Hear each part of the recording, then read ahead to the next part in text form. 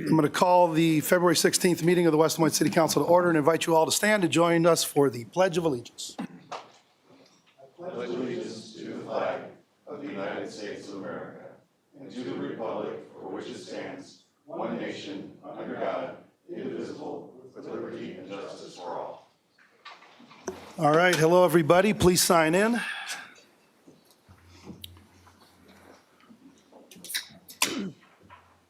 Four members present. Ryan, have there been any changes to the agenda? No changes, Your Honor. Okay, can I get a motion to approve the agenda as distributed? So moved. Second. It's moved and seconded. Please vote. 4 yes. All right, moving on to item 2, Citizens Forum. This is a time for anybody in the audience or online that would like to address the council on any item that is not either part of item 6, public hearings, or item 7, new business. Please come to the podium, give us your name and address. We ask that you keep it civil and respectful and to 5 minutes and under. And we are going to start with Mr. Al Womble. Al, give us your name and address for the record. Al Womble, 818 Ashmore Circle, and I'm here on behalf of the West Des Moines Human Rights Commission. Okay, you're in order. Go ahead. I am speaking today in my capacity as member of the West Des Moines Civil Rights Commission regarding HSB 664. The bill currently advancing through the Iowa House that would prohibit cities and counties from adopting civil rights protections that exceed state law. This legislation has now moved out of the full House Judiciary Committee and will be headed to the Iowa House floor. We also expect a Senate version to be released soon. If enacted, this would remove the authority that municipalities have exercised for more than 60 years to expand protections based on local needs and community values. This bill would prevent any Iowa city from strengthening civil rights protections for any protected class now or in the future, regardless of emerging community concerns. It is fundamentally a question of local control and the ability of cities like West Des Moines to respond to the needs of our residents. Imagine if something like this had been in place in 1868, when Iowa became the first state in the nation to desegregate its schools, preceding the Brown versus Board of Education decision by 86 years. Or in 1949, when Edna Griffith stood up for her right to be served at Katz Drugstore, the Iowa Supreme Court upheld a decision that it was a crime to refuse service based on race. Iowa has had a tradition of making sure that we try to extend rights to our citizens, not strip them away. Please remember our original state motto: our rights we prize and our liberties we will maintain. People move their families and businesses to West Des Moines because we are a safe and welcoming community. They move here because they believe the city of West Des Moines will provide a better quality of life. How welcoming would we be, and how would it diminish the quality of lives of our citizens if we did not stand up to say that all citizens' rights will be protected here? The City of West Des Moines' opposition would affirm the city's long-standing commitment to civil rights protections and signal the importance of preserving local authority in this area. I want to thank you guys for your consideration, and I strongly urge you to oppose this. Just from me personally, I want to say, there's many of you on this council that have called my brother. And I believe that that spirit of brotherhood should exceed to anybody who decides to make West Des Moines their home, and that we cannot tell what the future is going to bring us, but making sure that we as a city are still able to determine what rights we must extend to individuals is paramount to this being one of the best cities in the state of Iowa. And thank you for your time. Appreciate it, Al.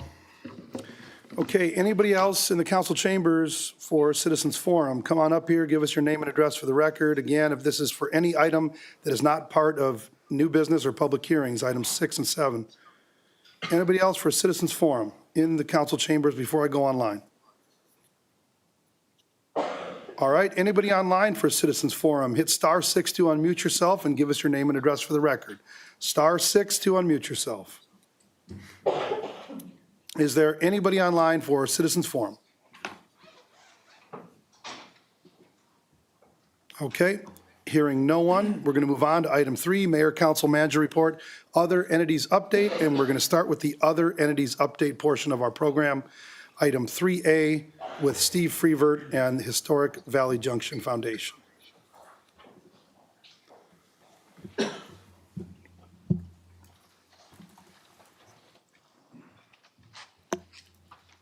Welcome.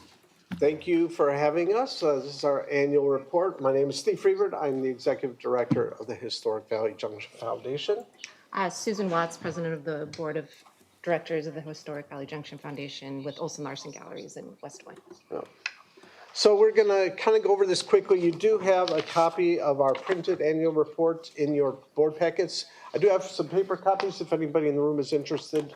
See me afterwards. We'll also get this up on our website and link it in our community e-newsletter that comes out on March 1st.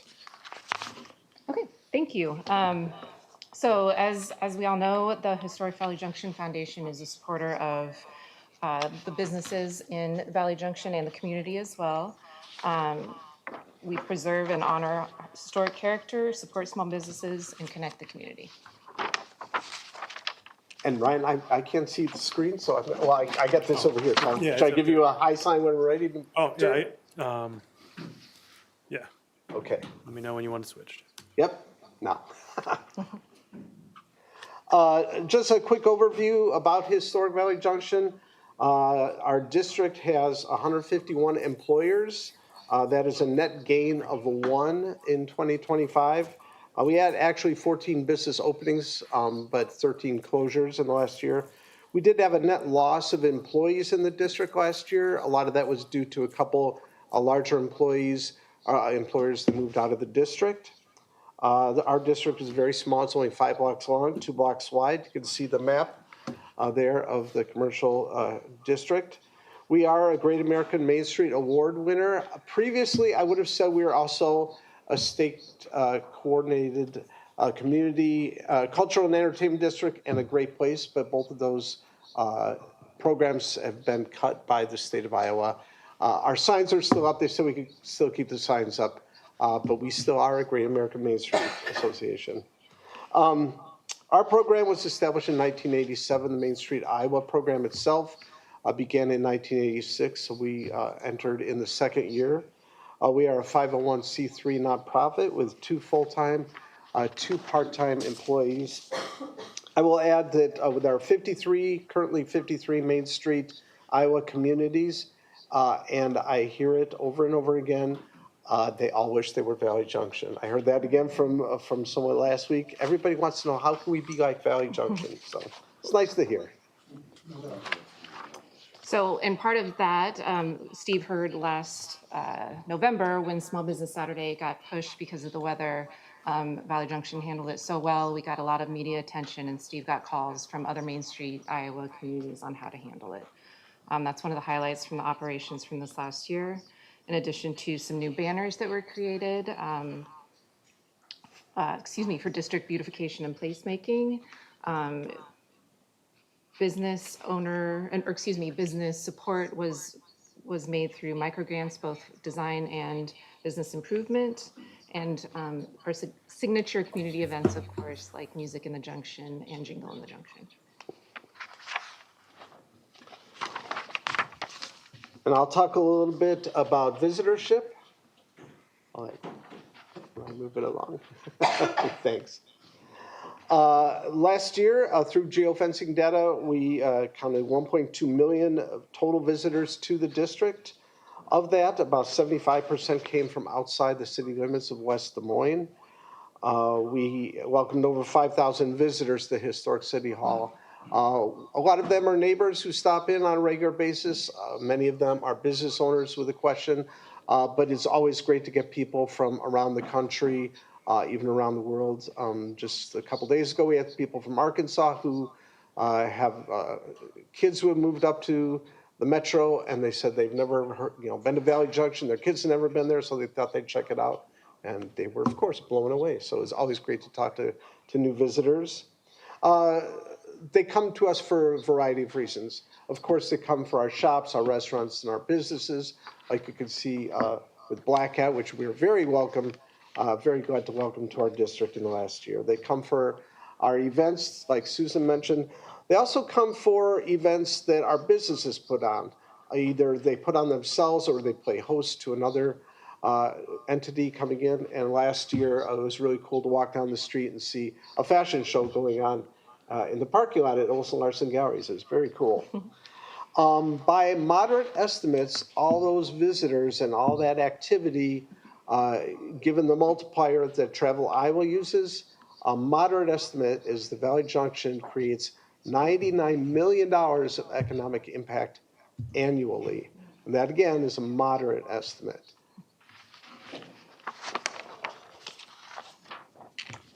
Valley Junction's online engagement is extremely strong. 29,169 Facebook followers. That is a significant amount, and it is rising by the minute.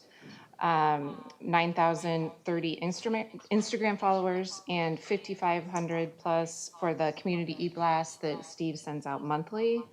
As you can see in the photos, lots of selfies being taken by the giant Christmas tree and many other places in Valley Junction during Jingle in the Junction. And just anything that gets put on social media immediately gets responses. Steve will mention something later about some public works love that was received. So. As you know, I report to the Iowa Economic Development Authority on a quarterly basis our economic impact statistics. Jobs created, businesses opening, property improvements, properties being sold. In 2025, we counted 23 property improvements totaling $540,000. Those included things like patios, interior remodels, exterior painting, signage, anything that people are doing to invest in a property in Valley Junction. We also had 5 properties purchased. They equaled almost $10 million. I'm pretty sure that is a record. It's certainly a record in the 5 years that I've been here. But $10 million in property purchases shows that people understand that Valley Junction is a good place to invest. We also, so that total was $10 million in private property investment, 10.4 last year. And we're going to mention that statistic again in the future. Volunteerism is a major driving force of Valley Junction. 4,466 volunteer hours recorded last year. It's been an honor for me to volunteer for Valley Junction the last couple of years at events. I hadn't done that as much before, and it's just wonderful to see the cross-section of volunteers. There's business owners, there's residents, there are people that know business owners or just love the business or love the junction. So the volunteer team is strong and dedicated. Since 1987, like Steve mentioned, when we were incorporated as a Main Street community, The statistic we wanted to highlight here, as you mentioned, $99,115,116 in private property investment. That is an incredible number, and we're going to hit 10 million this year. 100, yes. Excuse me, Yes. not 10 million. Sorry, Oh, that was the last we hit page. 10 million last year, so, 100 yeah, million, excuse in me. 2026, we will hit the $100 million benchmark in private investment in our district. There are only a very few other Main Street, Iowa communities that have done that, and they are all much, much larger than our little 10 square block district. So we're very proud. I'm looking forward to presenting that in next year's annual report.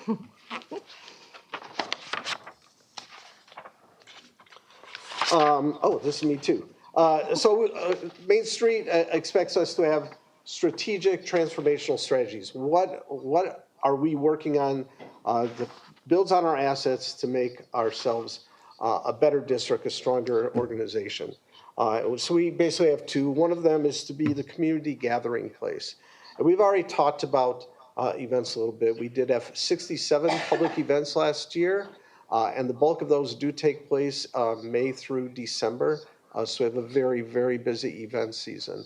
And that's really, it's about not only recognizing that Valley Junction is the heart, historically and emotionally, the heart of West Des Moines. It builds those social connections in an era when we are tied to our screens, when there's a lot of disagreements.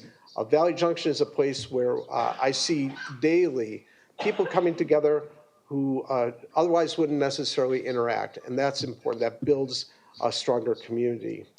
Obviously, people coming together helps build businesses. It also helps build an entrepreneurial spirit, and we see that over and over again.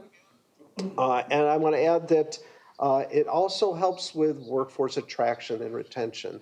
People see what's going on in Valley Junction. They see the West Des Moines in general, and Valley Junction in particular is a good place. It's a social place. It's a place where they feel like they can fit in, they belong, and that's going to help employers attract people to work for them.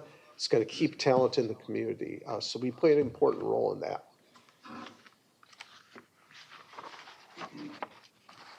The second strategy is to support retail, food, and experiential businesses. A few ways that has happened in the last year.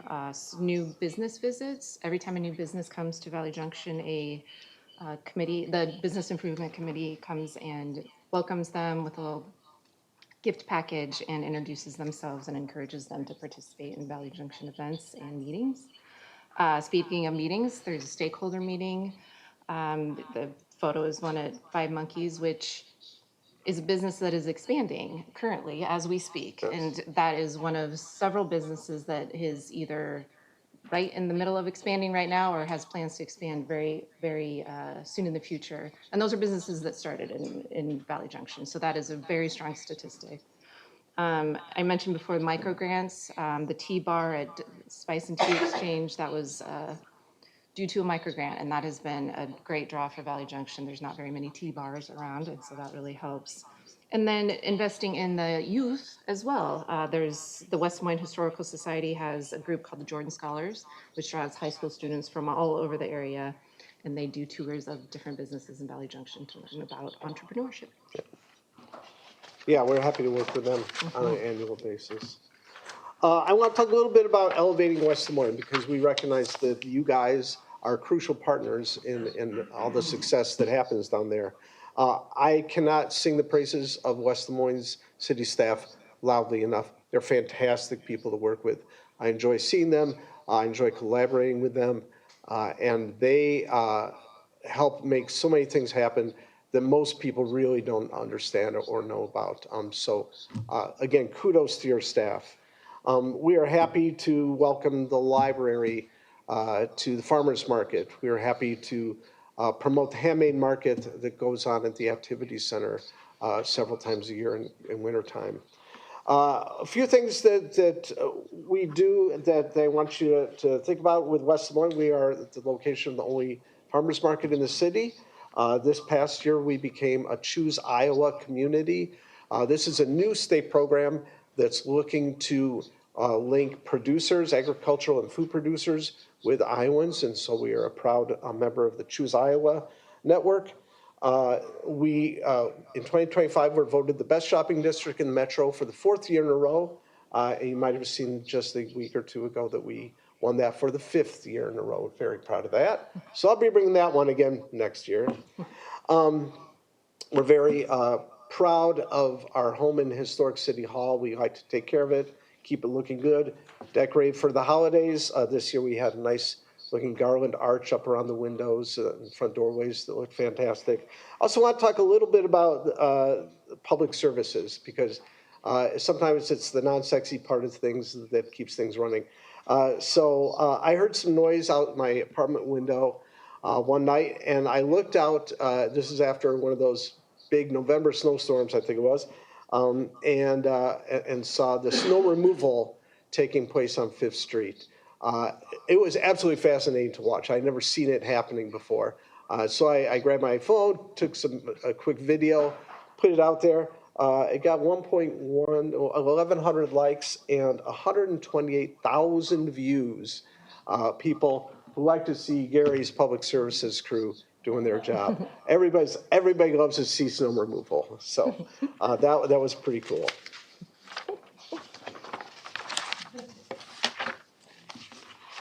Just to wrap up, as you can see from the photos and your time in Valley Junction and what we've spoken about, Valley Junction is a place for community gathering, as Steve said.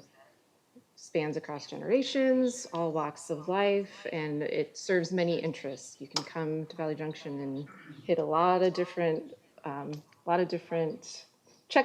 boxes, I should say. And it continues to evolve, even though there are things that have been there for a long time, businesses that have been there for a long time, events that have been there for a long time. Events are continually being improved by staff and board.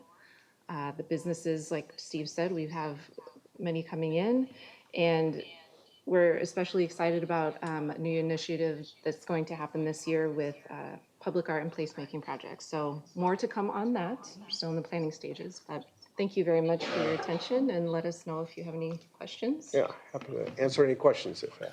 All right, any questions at all for either Steve or Susan?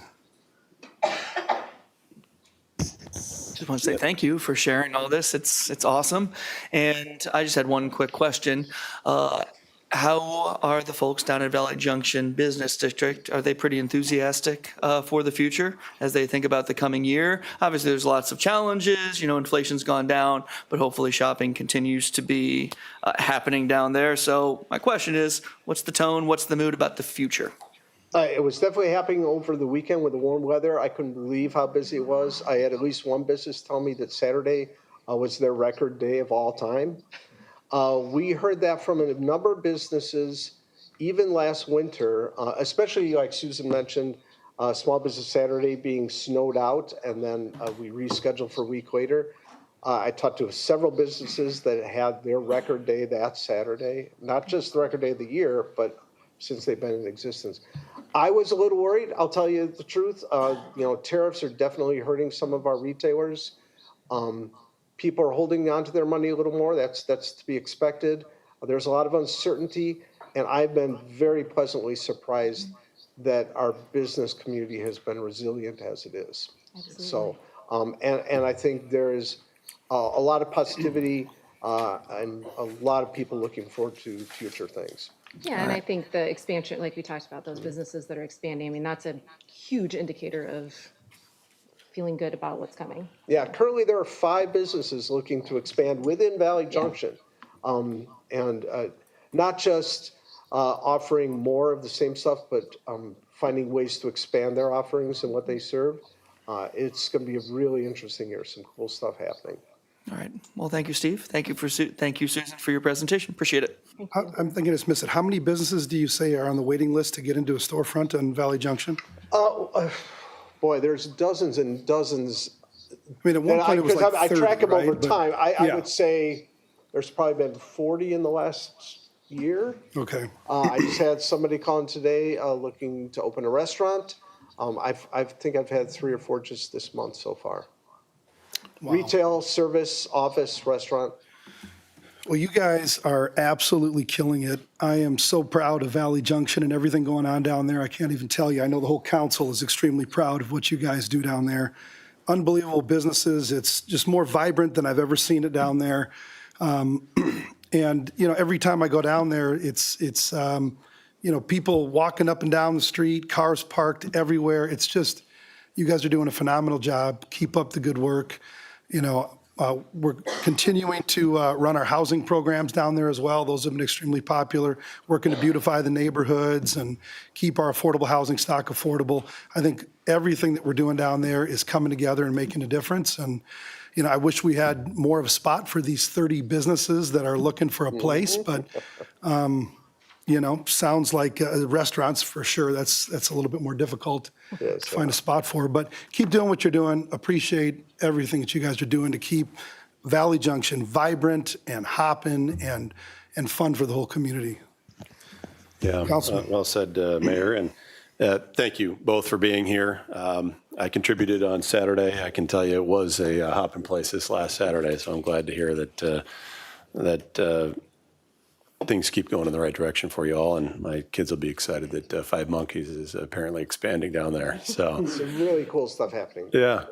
Hey, and I appreciated, Steve, you invited me out this last fall, summer time frame, and we did a bit of a tour. I'm just curious, appreciated Russ, the mayor's question about the number of folks that are interested, the wait list, so to speak, to be in the Valley Junction area.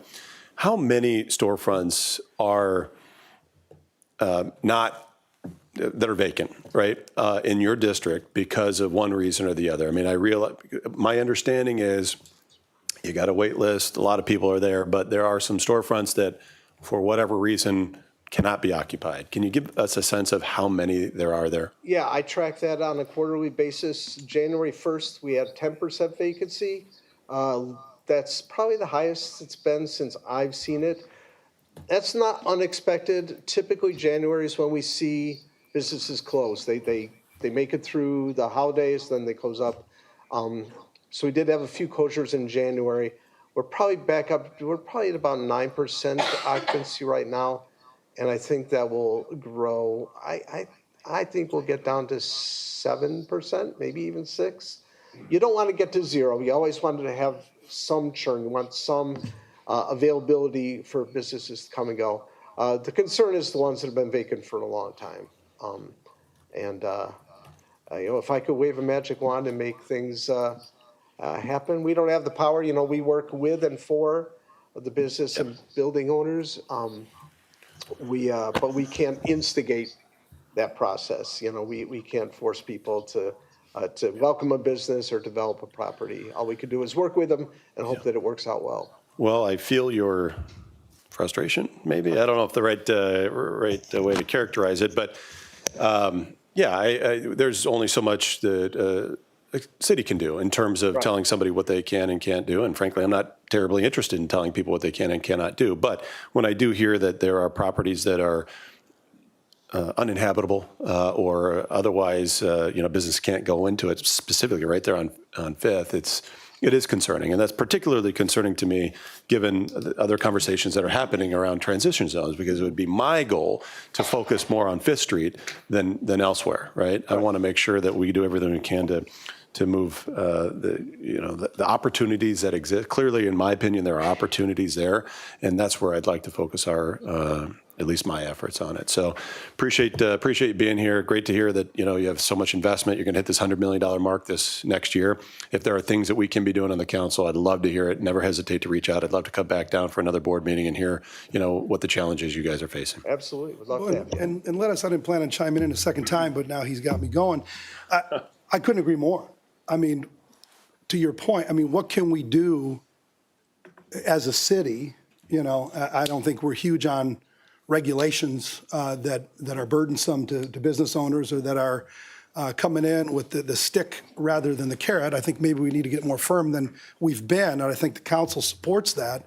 But what does that look like? How do you get somebody in a business that's not investing, that's got mold in the building?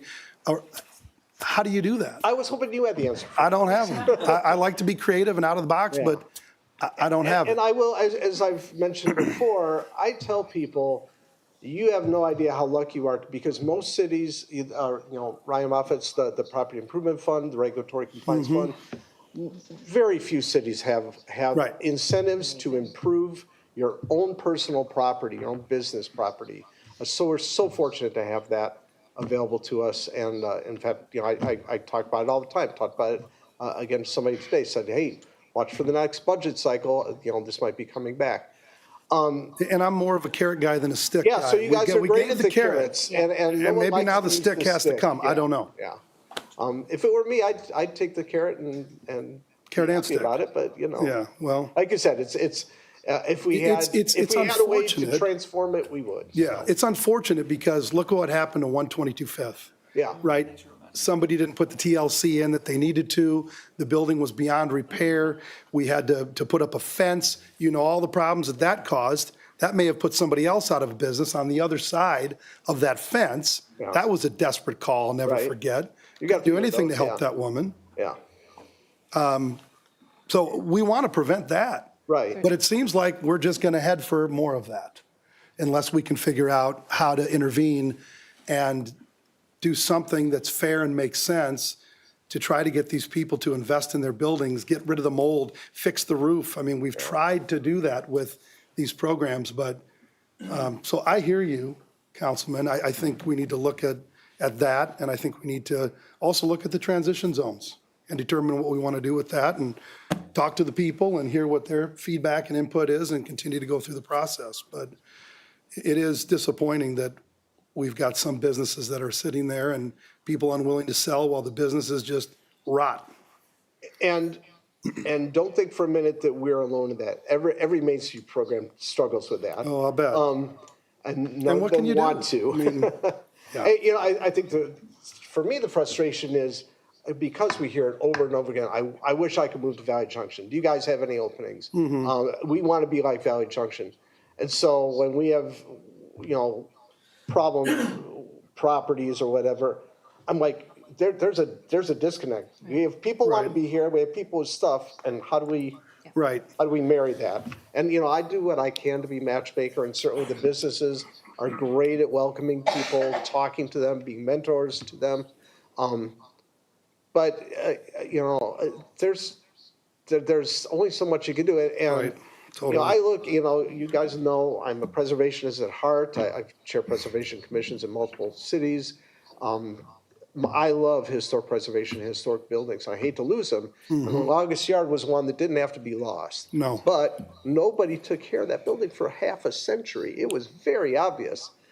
There's only so much you can do. And, the weird thing is, as we do our jobs, and Valley Junction is a great place to invest, it's rising up, the costs are rising. Obviously, cost of materials are going up. Interest rates are up. So it becomes harder for entry-level people Sure. to invest in a property down there. Well, when the demand is So in a so way, we're high. doing our jobs too well. When the demand is so high to be there and the supply is so low. Right. Yeah. And so the danger is somebody snapping up a semi-derelict property at a price point that nobody's going to be willing to invest the money to fix it up because it's Sure. worth more just as a piece of ground. All right. Anything else for Steve or Susan before we move on? Yeah, there's one last question. The stat that you gave earlier, did you say 75% of people coming to Valley Junction are from outside of West Des Moines? Yes. I do want to highlight that because for a community like Valley Junction to exist, it requires people in the community who go there.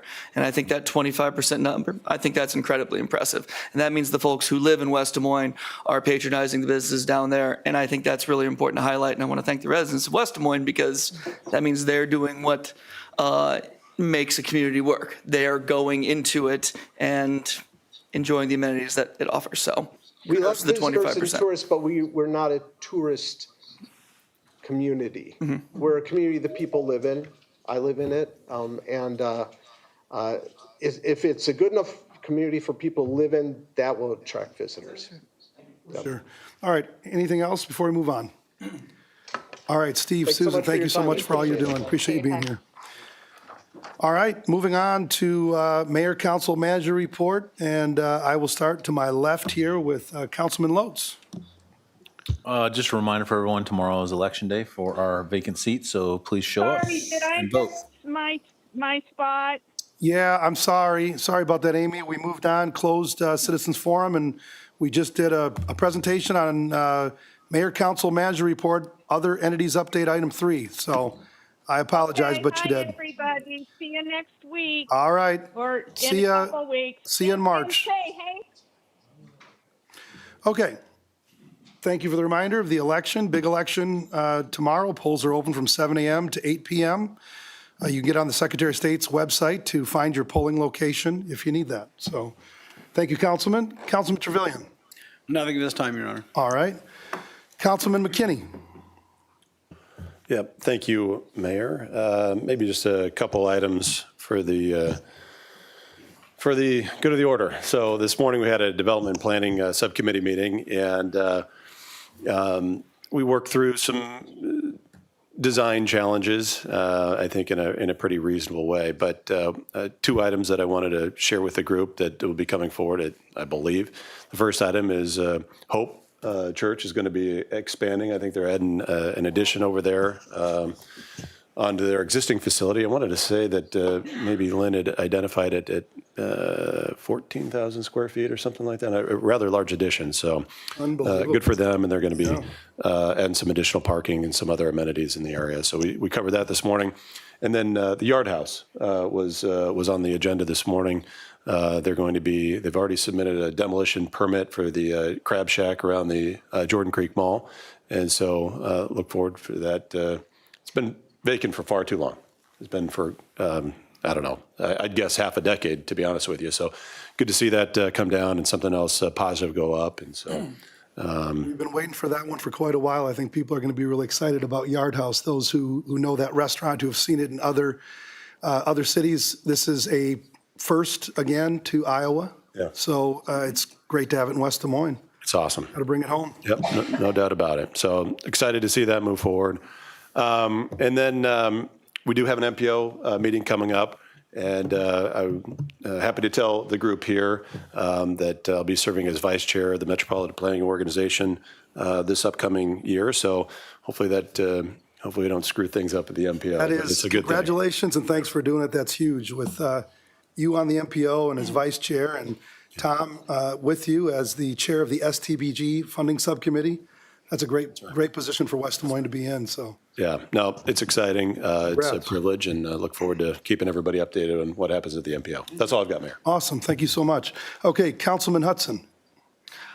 All right, Steve and Susan, thanks again for your presentation. You know, as Steve likes to say, and I saw it in his presentation, we are trying to elevate West Des Moines, but if people are not feeling safe, then it's really difficult to do this, and that's why I just wanted to give a shout out to Chief Chris Scott, because as of the end of this month, he will move on from being the police chief of the city of West Des Moines. And I want to say, Chris is not here, but I asked him last time if he was going to be here, and he gave an answer that was non-committal. But I will just say that Chief Scott has served the city of West Des Moines these past years with honor, with distinction. He has served his community. When there were issues, he worked hard to address them. He worked to build community with our schools, our businesses, and our residents. And I think building up relationships is so very important. And I know that Chief Scott was curious, he was forward-thinking, and he was always willing to listen. And so I just want to say thank you. Because it's such a tough role these days to be a chief of police for a city, especially a city that is very big, 75,000 people. That's a lot of people, and 150,000 people come into our city every single day, and weekends are always hopping, and yet the work that he's done with the entire police force, all of our public safety officials should be praised, and I just wanted to wish him Godspeed as he moved on to his next adventure. So thank you, Chief Scott.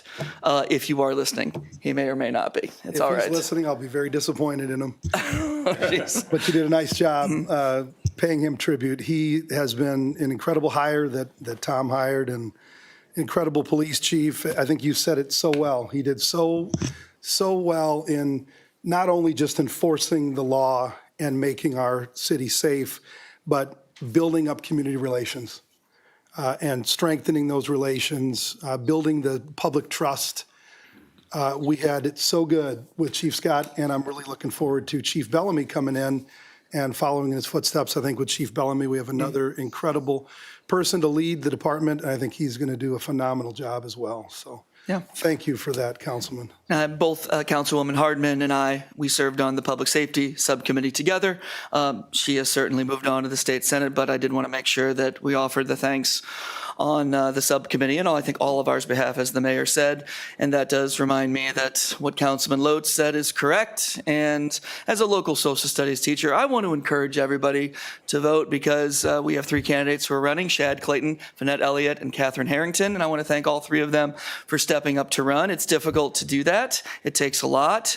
And so I just want to say that the local government is closest to the people. So to the citizens of West Des Moines, all citizens, because this is an at-large seat, that chair, yeah, you'd have to sit next to Russ, but I'm kidding. It's a great thing. There are some negatives. No, there's all positives. You get to sit between Kevin and Russ. I just wanted to say, no, it's a great spot. You're making this sound worse as you go. All right, and that's, you said All right, that, not me, all right. but It sounds like it's a rose between 2 thorns. I don't know.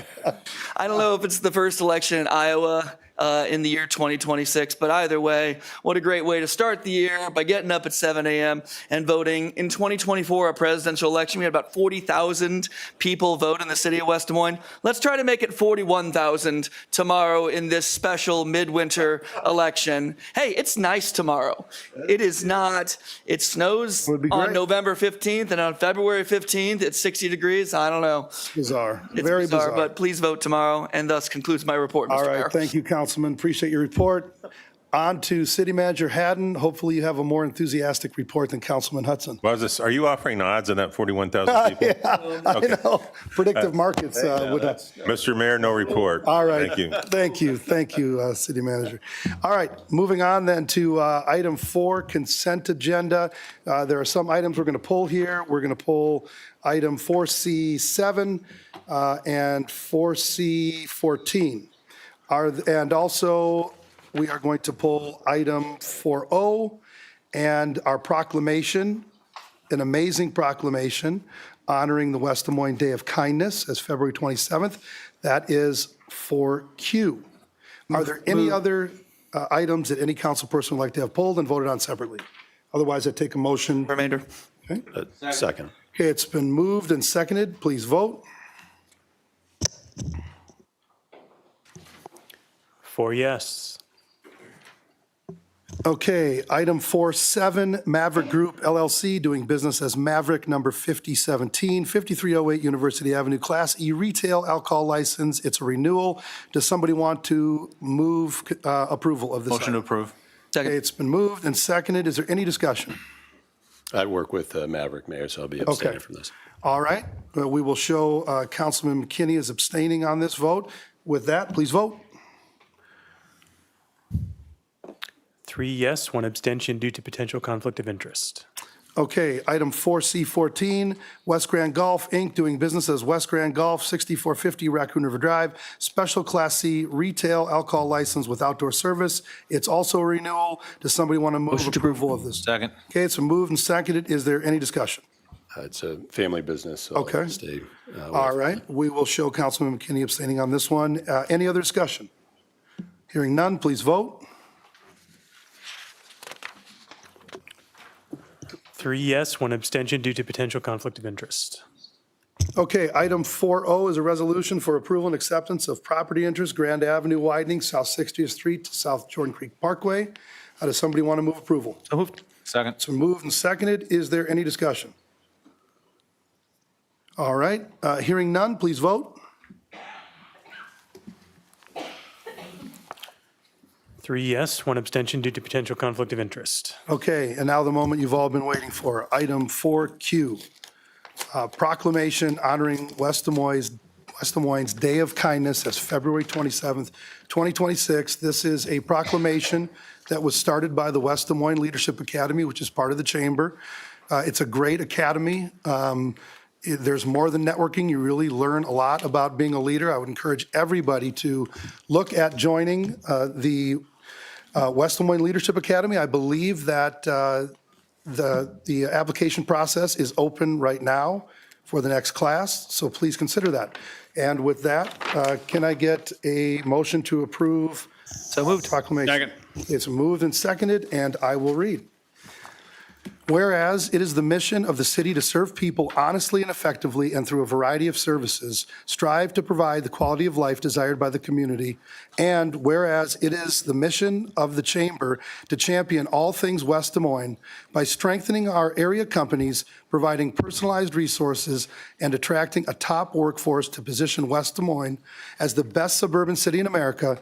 And whereas it is the vision of the West Des Moines Leadership Academy to positively influence the future of West Des Moines and the greater Des Moines community through strategic leadership development and workforce retention. And whereas the West Des Moines Leadership Academy would like to champion this day of kindness for years to come. And whereas putting smiles on faces of those who live, work, and play in West Des Moines should be something we all strive for. And whereas studies show that kindness benefits not only the receiver, but also the giver, whether these are companies or people, companies that value kindness have lower turnover on their teams, lower recruitment costs, and higher productivity. And whereas a random act of kindness is giving your best self to others without requests or promise of return on investment, it's simply doing something nice for someone else without them asking and without you doing it for anything in return. And whereas the city of West Des Moines recognizes the benefits of having a kind and caring community, now therefore I, Russ Trimble, Mayor of the city of West Des Moines, Iowa, do hereby proclaim February 27th, 2026 as West Des Moines Day of Kindness in the city of West Des Moines and urge all citizens to celebrate West Des Moines Day of Kindness and support efforts to promote a spirit of kindness this day and every day. With that, is there any discussion? I just want to thank the West Des Moines Leadership Academy. They do awesome work every single year, and I want to thank them especially for this. So great work. Absolutely. Okay, any other discussion? Okay, hearing none, please vote. 4 yes. Okay, will anybody that's here for this proclamation meet myself, the council, city manager, and anybody else down in front to take a picture quick? Then we can send you on your way, or like Chief Scott, you can listen to the entire meeting online.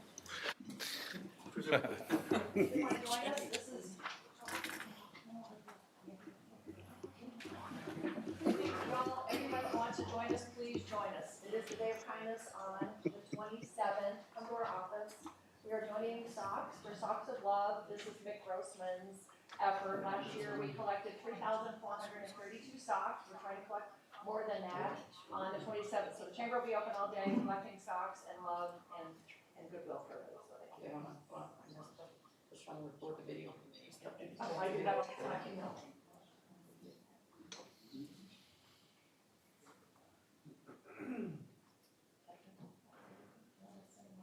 Is there a 14-year-old kid in the house? Right. 1, 2, 3. I'm gonna take one more. 1, 2, 3. Thank you. Thank you so much. Thank you. Thank you, Matt. Thank you, Bill, Fran, and thank you so much. Thank you. Yes, man.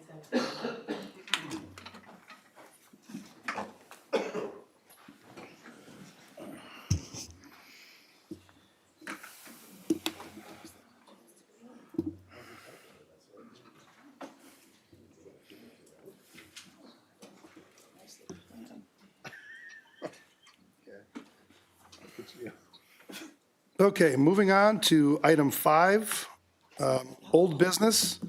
Item 5A, we've got second reading, waiver the third reading, adoption of proposed ordinance to city code, Title I, Administrative, Chapter 10, Finances.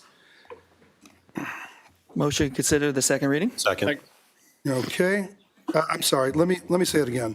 Okay, I screwed you Okay. up, Councilman. Sorry. We've got an ordinance amendment for approval of the second reading, waiver of the third reading and adoption in final form, and there are no changes from the previous reading, which was approved unanimously by the council at the last meeting. Now, I will motion to consider the second reading. Second. all right, sorry about that. Is there any discussion? Okay, please vote.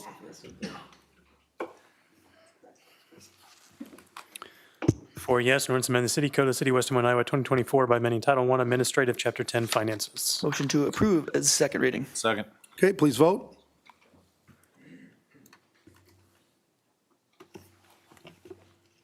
Four yes. Motion to waive that third reading, adopt in final form. Second. Please vote. 4 yes. Hold on one second, my computer's doing some funny things here. Okay, item 5B. We've got adoption of proposed ordinance, Title IV, Health and Safety Regulations, Chapter 5, Solid Waste Control. We've got modifications of fees and charges. We've got an ordinance amendment for approval of the second reading, waiver of the third, and adoption of final form. There are no outstanding issues and no changes from the previous reading, which is adopted unanimously by the council at the last meeting. Move consideration of second reading. Second. Okay, is there any discussion? Yeah, Your Honor, just one thing about this.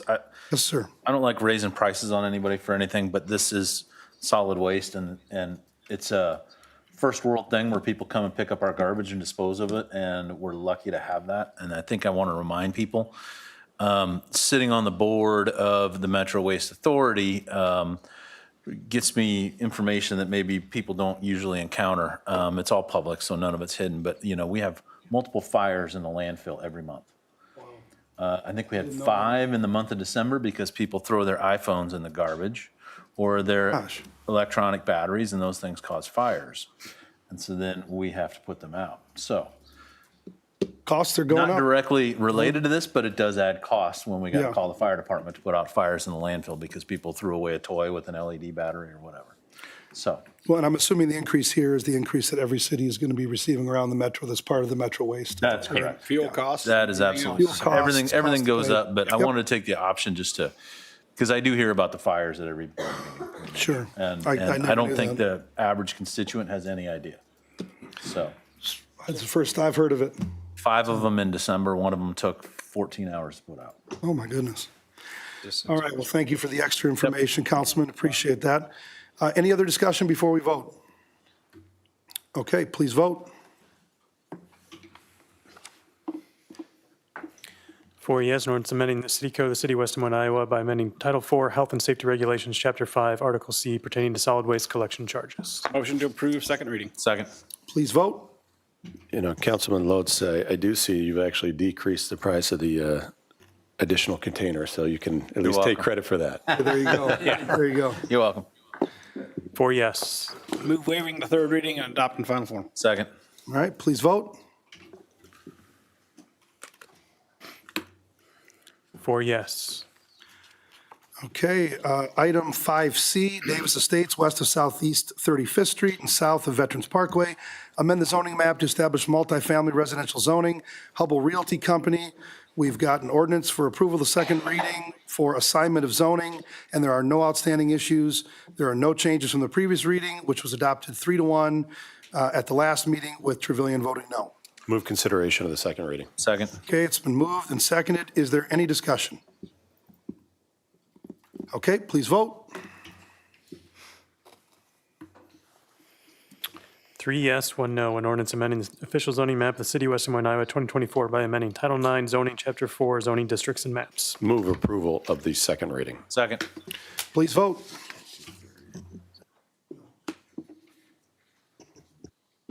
3 yes, 1 no. Okay, moving on to item 6, public hearings. Item 6A, this is the time and the place for a public hearing to consider University Avenue corridor, northeast corner of Valley West Drive and Westtown Parkway. Establish the University Avenue corridor planned unit development ordinance to govern development/redevelopment initiated by the city of West Des Moines. Ryan, did you please read the date the notice was published? January 30th, 2026 in the Des Moines Register. And have you received any written comments to this hearing? The Plan Zoning Commission, by a vote of 7 yes, adopted a resolution recommending approval of the PUD ordinance, and written correspondence were received, which are included with the council communication. Okay, anybody in the audience would like to address the council on item 6A, please come to the podium here. Give us your name and address for the record. Anybody online, hit *6 to unmute yourself and do the same. Is there anybody in the audience or online that would like to address the council on this item?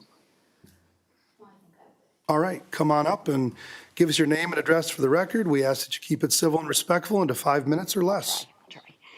Penny Bassman. I live at 8255 Bailey Drive, but I own 3535 West Town Parkway. I think that your plan is a great one. I'm not here to knock it or try to talk anything down at all. I do have a lot of concerns about the traffic that's going to pick up, and I want you to do your homework on that, please, because if you're coming out of some of those properties right now, you can't turn right unless if it's peak hours because people are getting on the freeway. You're going to have the mall traffic pick up. You're going to have Quick Star possibly going in next door. I'm encouraging you, whether you're required or not required, to make sure that your traffic study is all under your belt and you know what's going on here. Because I don't want you to create a property or an area that no one wants to go to because it's a big hassle, because I own part of it. No, I appreciate that. Appreciate you being here. We've got an incredible team of engineers. We've got 2 specific traffic engineers. Trust me, they look at all this stuff to make sure the traffic is flowing smoothly. That's all I wanted. So Thanks, thank you Penny. for being here. Thank you. Appreciate your comments. Okay, come on up. Somebody else in the exact same corridor. Give us your name and address for the record. Sure. Christina Smith. I am, home address 4600 Western Hills Drive, but I represent Community Sport Advocates at 1516 Valley West Drive. Really, again, with Penny, love the idea, not concerned about that. Just really, it's my understanding that you guys will be talking about later about who will be paying for some of the updates, like around the cityscape and things like that, and there'll be discussion about that. So when you do that, and I know you guys are really good about considering business owners and things like that, small business, nonprofit, that kind of thing, please keep in mind that that will be difficult to pay for some of those things. And so just wanted to make that's probably our biggest concern, but would be happy to see those changes come about. Okay, thank you so much for being here, and thanks for all you do. Absolutely. Thank you. All right, anybody else in the audience? All right, I'm going to go online. Anybody online want to address the council on item 6A, hit *6, not #6, but *6 to unmute yourself. Give us your name and address for the record. Is there anybody online? All right, hearing no one, I'll declare the public hearing closed. We've got an ordinance for approval of the first reading for establishment of planned unit development, and there are no outstanding issues. This was also approved unanimously by the Planning and Development City Council Subcommittee. Motion to consider the first reading. Second. It's moved and seconded. Is there any discussion on the dais? I got a question. Okay, go ahead, I'm Council. wondering why we're gonna, why we've got this motion when later on it states in the council packet that city council workshop is gonna be held after the new city council member is seated. Why wouldn't we wait for all of it for the new council member to be seated? I mean, is there a rush for this? It would seem to me that it would make sense to, if we've got an election tomorrow, that we would wait. Just curious. I'll disagree with that, and I don't know that there's any reason to wait. We have a development that's ready to go, and we discussed this at the subcommittee a little bit, and because there's the larger corridor that's being considered, we do have another council person who will be sat, but there's a development ready to go there now, and we don't want them to have to wait. That's my opinion personally. I agree with you. I hear what you're saying, Councilman, but I agree with what Councilman Lodes said. We got to move forward and continue to have conversation about this, develop this area. I think it's sat long enough, and it really is time to start redeveloping this and keeping the ball moving forward. So, but I understand what you're saying. Yeah, I'll just appreciate the question. And frankly, I was going to make a couple comments here. Appreciated the Penny and the others that spoke. This did come before the Development Planning Committee about a month ago. And we had a very extensive conversation, how this is broken up into different zones within the area. And first of all, on the traffic piece, we did talk about traffic, and we talked about the importance of understanding that levels of service would not drop, that safety would not be reduced, and that we would be able to accommodate whatever growth is being planned there. And I want you to know that that was talked in detail, I think, with with Eric Peterson, and I know Ben McAllister's been involved as well. So we will certainly keep that top of mind. Second, not only did we talk about traffic, but we also talked about stormwater, because we are talking about different densities in the area. And so talking about impact on stormwater, obviously on the Blue Creek, just to the north there, we've invested the city, along with the state of Iowa through some grant programs, has been able to do quite a bit. But we want to make sure it fits with the development that's going on in there. So not just that, I mean, there were a lot of things that were brought up. And then lastly, I do want to point to the fact that, Mayor, when we went through the comprehensive plan, one of the things that I talked about pretty significantly is the payer mix. How is this going to impact revenues to the city? How are we going to anticipate what the impact may be if we move everything to multifamily, or everything to single family, or everything to commercial? Hats off to Lynn and to Lynn and the rest of the team. And I don't know if it was just Lynn, but you guys put together a very detailed analysis of what we could expect and how it could play out. I mean, very analytical, objective data that we could evaluate.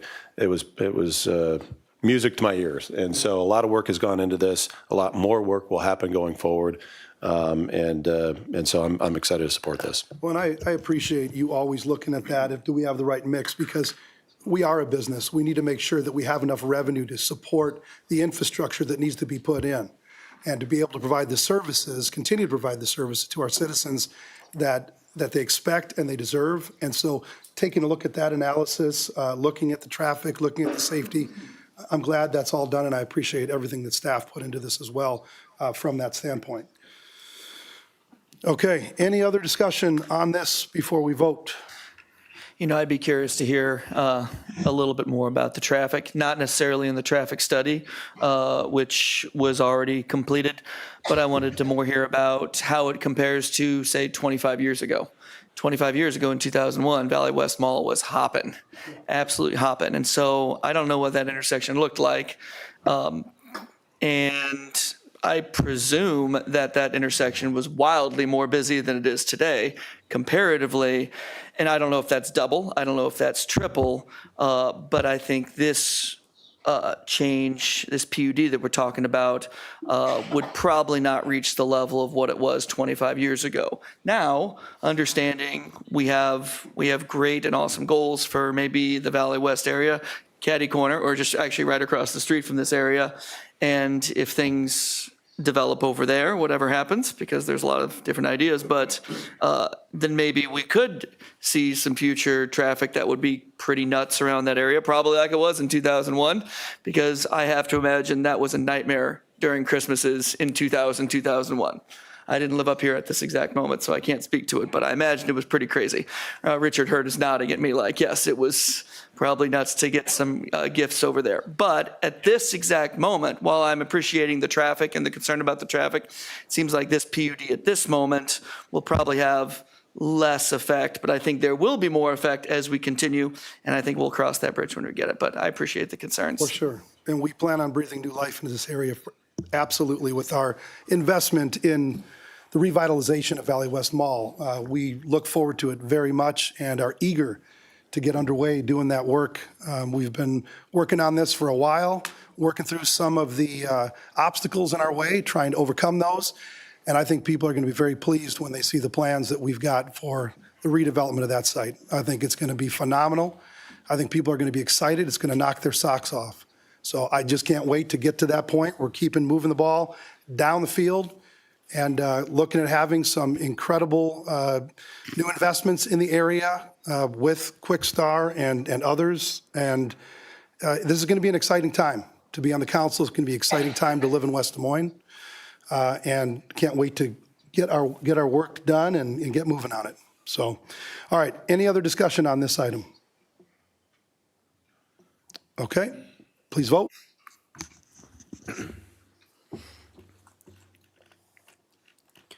Four yes, an ordinance amending the official zoning map in the city code of West Des Moines, Iowa, 2024 by amending Title IX zoning, Chapter 9, Plan Unit Development District pertaining to Plan Unit Development District regulations and guidelines. Motion to approve first reading.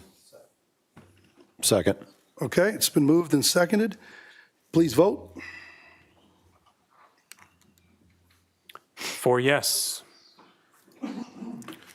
Okay, moving on. Item 6B. This is a time and a place for a public hearing to consider Mills Landing, southeast corner of South 60th Street and Mills Civic Parkway, amend the specific plan ordinance to adjust minimum required lot size within PUD parcels and update traffic counts, initiated by Plaza Street Partners LLC. Ryan, would you please read the date the notice is published? January 30th, 2026 in the Des Moines Register. And received any written reports for this hearing? The Plan and Zoning Commission, by a vote of 7 yes, adopted a resolution recommending approval of the specific plan amendment. Okay, anybody in the audience like to address the council on item 6B, please come to the podium, give us your name and address for the record. Anybody online, hit *6 to unmute yourself and do the same. Is there anybody in the audience or online that would like to address the council on item 6B?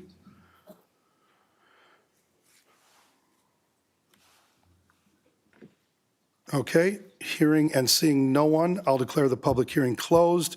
We've got an ordinance amendment for approval of the first reading, and there are, or to the specific planned ordinance, and there are no outstanding issues. Motion to consider as first reading. Second. Okay, it's a moved and seconded. Is there any discussion? Okay, please vote. 4 yes, an ordinance amending the city code of the city of West Des Moines, Iowa, 2024, and the Mills Landing specific plan ordinance pertaining to Plan Unit Development District regulations and guidelines. Motion to approve first reading. Second. Okay, please vote. 4 yes. All right, item 6C, this is a time and place for a public hearing to consider issuance of not to exceed $14.5 million in essential corporate purpose general obligation bonds initiated by the city of West Des Moines. Ryan, would you please read the date the notice is published? February 3rd, 2026 in the Des Moines Register. And have we received any written comments to this hearing? None, Your Honor. Okay, anybody in the audience who would like to address the council on item 6C, please come to the podium, give us your name and address for the record. Anybody online, please hit *6 to unmute yourself and do the same. Would anybody like to address the council on item 6C?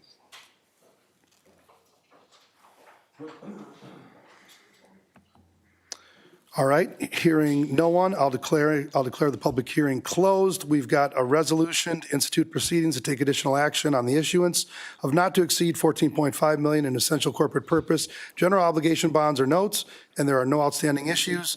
This was also reviewed and approved unanimously by the Finance and Administration City Council Subcommittee. Motion to approve, please. Second. Okay, it's been moved and seconded. Is there any discussion? Seems like we have a couple of these coming up, but we continue to do the city's business. And as a reminder, because the city of West Des Moines is AAA bond rated by both S&P and Moody's, we expect to get lower interest rates than anyone else in the state, and that's exciting. Absolutely. All right, please vote.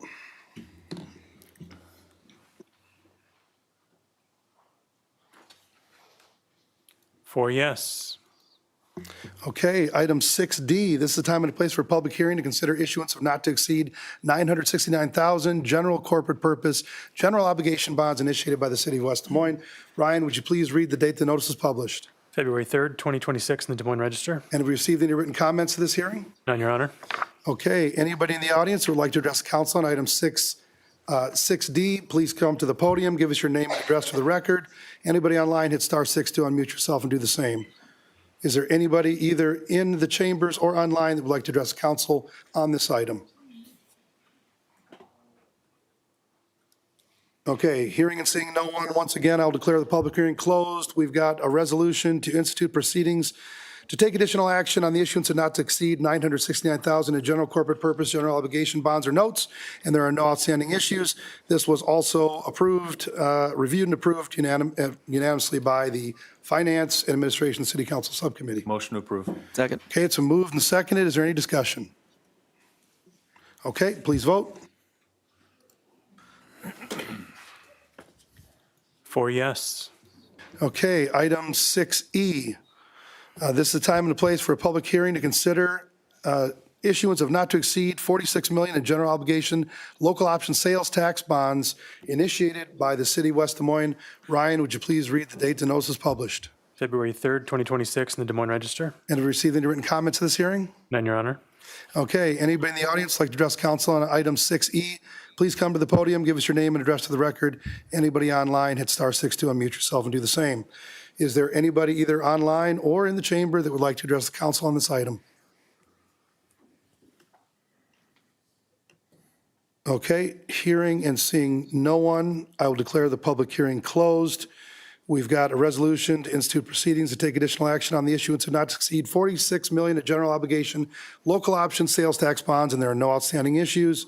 This, again, was reviewed and approved unanimously by the Finance and Administration City Council Subcommittee. Motion for approval. Second. Okay, it's moved and second. Is there any discussion? Yeah, just one real quick thing. I think this is a huge investment in our community. It will bring in tons of people to stay at hotels which haven't even been built yet and eat at restaurants that haven't even been built yet. And so I think this is a great use of money. And I really want to give staff credit here. It says 13 to 18 million. I don't know what the number raised is at this point, Ryan, and I don't want you to come up here and tell me either, but I know you guys have been putting in a lot of effort around that, and I'm really, really happy with staff pulling in private money. Thank you. Absolutely. Amen to that. Okay, any other discussion before we vote? Okay, hearing none, please vote. 4 yes. Okay, item 6F is a public hearing on the 2025-26 Budget Amendment Number 2. This is a time and a place for a public hearing to consider FY 25-26 Operating Capital Budget Amendment Number 2 initiated by the City of West Des Moines. Ryan, would you please read the date the notice is published? January 30th, 2026, in the Des Moines Register. And have we received any written comments to this hearing? None, Your Honor. Okay, anybody in the audience like to address the council on this item, please come to the podium. Give us your name and address to the record. Anybody online, hit *6 to unmute yourself and do the same. Would anybody like to address the council on Budget Amendment Number 2? Okay, hearing and seeing no one, I will declare the public hearing closed. We've got a resolution approving Budget Amendment Number 2 to the FY 25-26 operating capital budgets, and there are no outstanding issues. Motion for approval. Second. Been moved and seconded. Is there any discussion? As always, a thank you to Tim Stiles and Chris Hamlet for doing the awesome work to make sure that our budget every single year is updated accordingly. So I will be supporting this budget amendment number 2. All right, thank you so much. Please vote.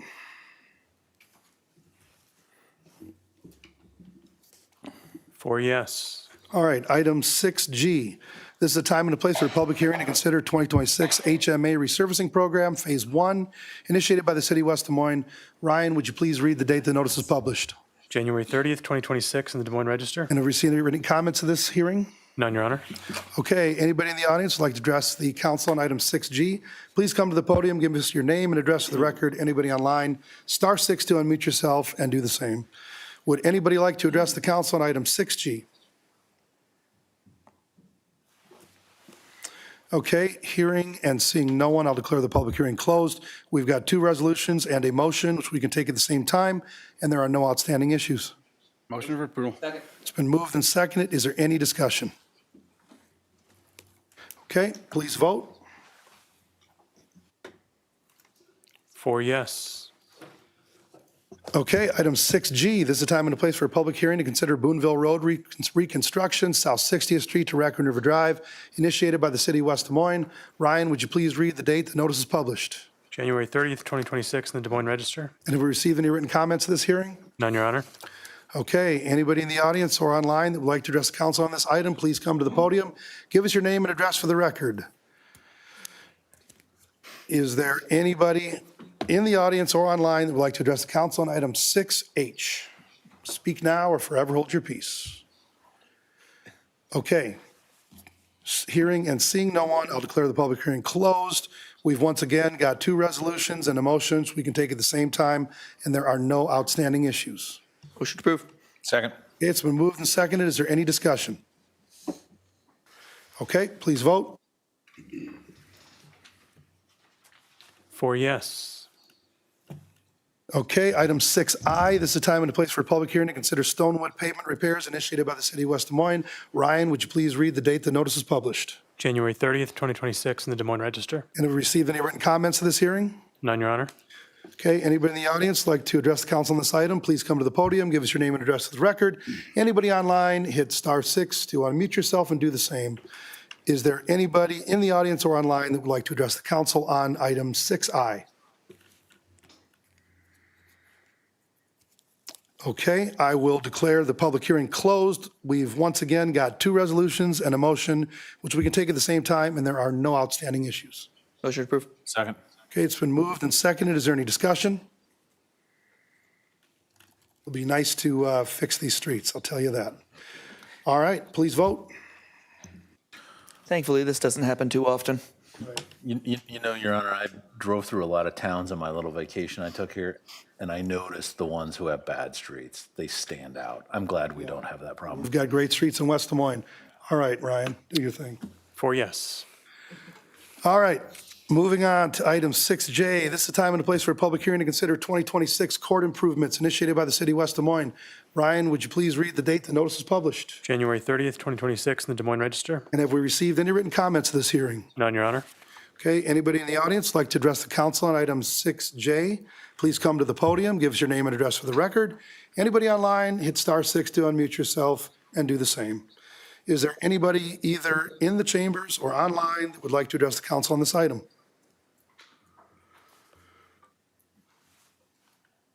Okay, I'm going to declare the public hearing closed. And we've once again got 2 resolutions and motions. We can take it at the same time, and there are no outstanding issues. Motion to approve. Okay, it's been moved. Is there a second? Second. It's been moved and seconded. Is there any discussion? It's good. Good Ward 2 parks right here. So There you Ward go. 2, get excited. New volleyball sand.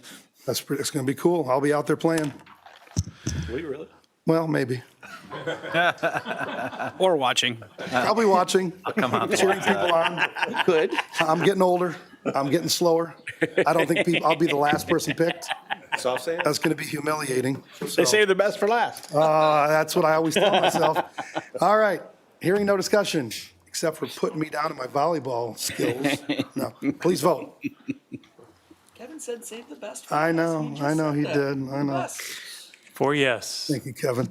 All right, moving on to item 7, new business, item 7A, plat of survey parcel 2026-1, 4180 Grand Avenue, approved plat of survey to create a 4,122 square foot parcel for the transfer of ownership, Forrest L. Ridgway Jr., Revocable Trust, and Laura A. Ridgway Revocable Trust.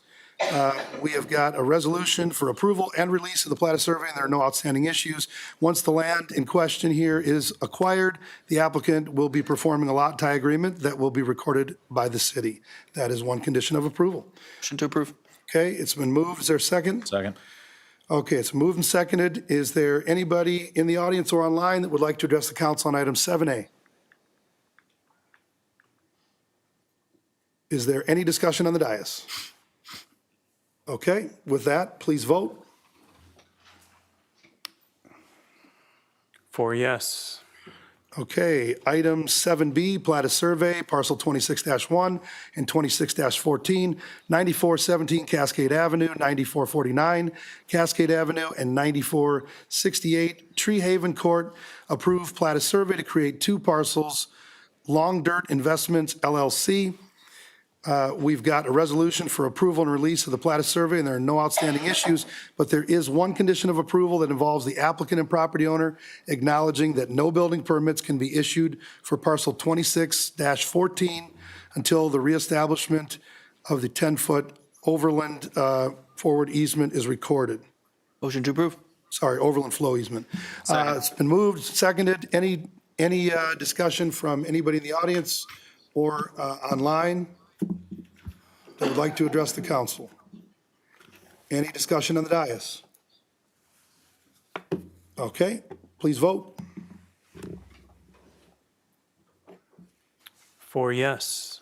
All right, item 7C, we've got approval and acceptance of guaranteed maximum price change order amendment to the standard form of agreement between city and construction manager at risk agreement, Kraus Anderson Construction Company for the Mid-American Energy Company Recplex expansion project. We've got a resolution for approval and acceptance of the guaranteed maximum price change order amendment to the standard form agreement between the city manager at risk agreement and Kraus Anderson for the Recplex, and there are no outstanding issues. This was also approved unanimously by the Finance and Administration City Council Subcommittee. Motion to approve. Second. It's been moved and seconded. Is there anybody in the audience or online that would like to address the council on this item? Okay, hearing none, please vote. 4 yes. Item 7D, we've got the Valley West Urban Renewal TIF District. City initiated, we've got approval of the first reading for the creation of the Valley West TIF ordinance. Does somebody want to move consideration of the first reading? So moved. Second. Okay, it's been moved and seconded. Is there any discussion from anybody in the audience or online on item 7D? Anybody that would like to address the council on this item? Okay, any discussion on the dais? Hearing none, please vote. We're going to keep moving that ball forward. 4 yes, an ordinance providing the general property taxes levied and collected each year on all taxable property located within the Valley West urban renewal area in the city of West Des Moines be paid to a special fund for payment of principal and interest on loans, monies advanced to and indebtedness, including bonds issued or to be issued, incurred by the city in connection with the Valley West urban renewal area. Move approval of the first reading. Second. Okay, please vote.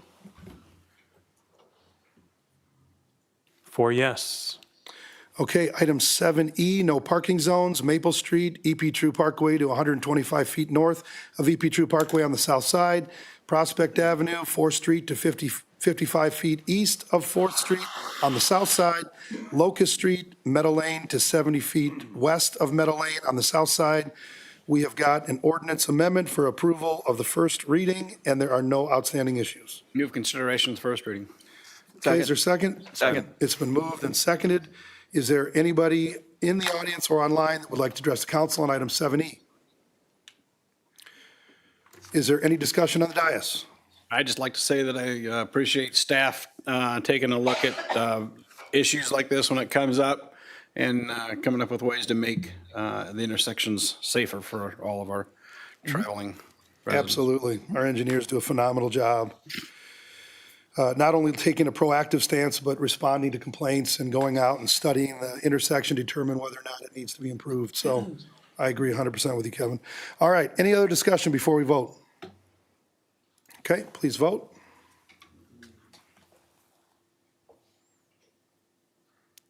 4 yes, an ordinance amending the city code of the city of West Des Moines, Iowa, 2024 by amending provisions pertaining to the traffic code relating to official traffic controls. Motion for approval of the first reading.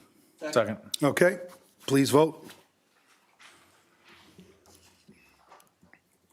4 yes. Okay, item 8, receive, file, and/or refer. Item 8A will receive and file some internal financial reports dealing with balancing of funds and monthly reports by the Finance Department.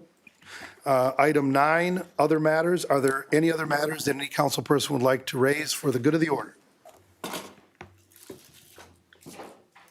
Okay, hearing none, we will adjourn into our workshop, which we will be, get going in the next 3 minutes. We are adjourned.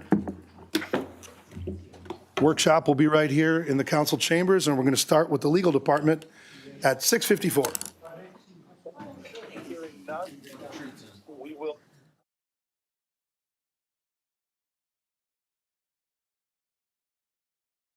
Yes, no, I apologize. I think I might have just joined a minute or two late. I was just asking, I represent the Meridian. We had a liquor license application tonight on the agendas. Oh, well, congratulations. Your license was approved, and we look It for. was, okay. I just wanted to make sure I called in and represented in case anybody had any questions, so. Absolutely. Thank you so much.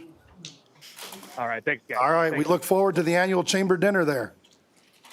Yes, we'll be there next Thursday. It will be exciting. I wish I would have announced that tonight. Take care. Thank you. Yeah, no worries. Thank you. Bye-bye.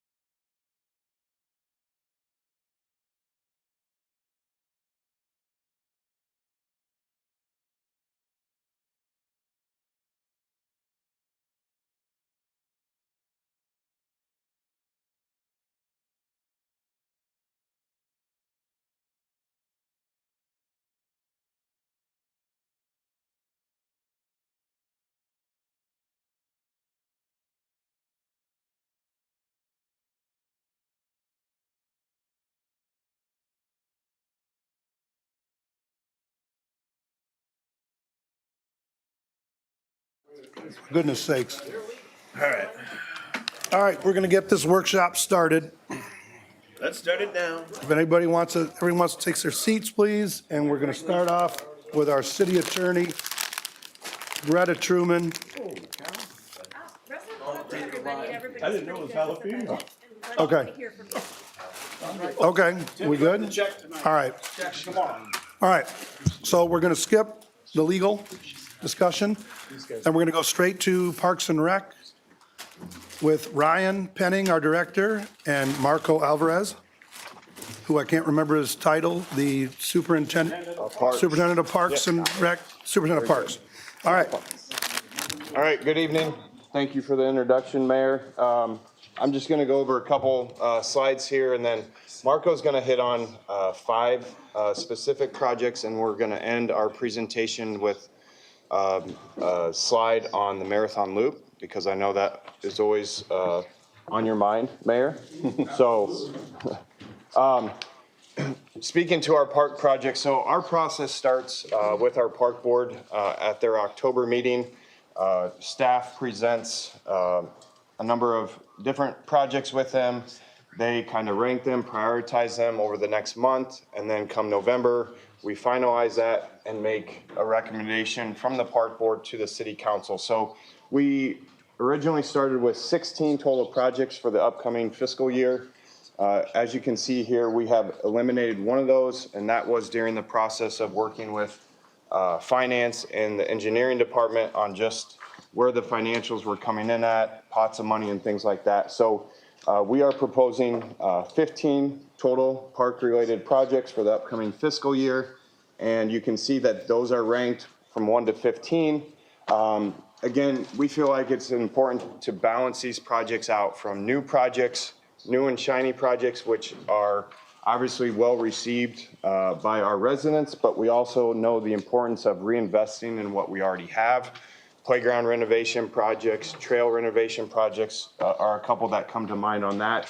So you can see that we've done that. So 6 renovation projects totaling 1.88 million and 9 new improvements totaling just over $3 million. Also very important, as we look at these projects, is the distribution of those throughout our entire city, and that we're not just focused on, say, the western side of our city where the new development, newer development is happening, or south of the river and things like that. So again, it goes back to new projects and renovated projects as well. So you can see here that we have the 3 different wards. The numbers that are highlighted in yellow, those are correspondence with the projects listed on the previous slide. So again, 15 total projects. If you have any questions on any of those, please let us know. But what Marco's going to do here is just highlight the next 5, and feel free to interrupt and ask us any questions as we go through those. It's good to see that the majority of those are down in the first ward. I appreciate that. Thought we'd try to keep you happy, Kevin. I wish that's not named yet. We need to do that. We'll wait till you're done. Thank you very much. Good evening, everyone.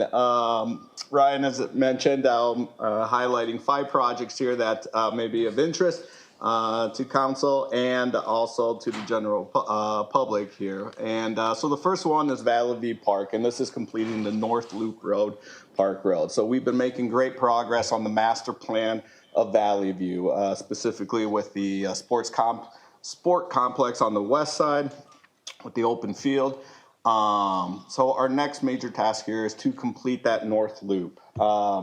Doing so will not only really make the park into one. Right now, the east side is separated from the west side with no internal connection, and also it's going to allow us to expand then the future amenities there, specifically the playground, shelters, and more parking there at the site. So you can see there. Also, this will, with the road, will also include a side trail that's part of our Marathon Loop too. So once again, adding more trail miles to our facility. So some creative financing here. We're requesting $600,000 to cover the balance or remaining of what is we're projecting to be, and this is a conservative number, 1.8 million.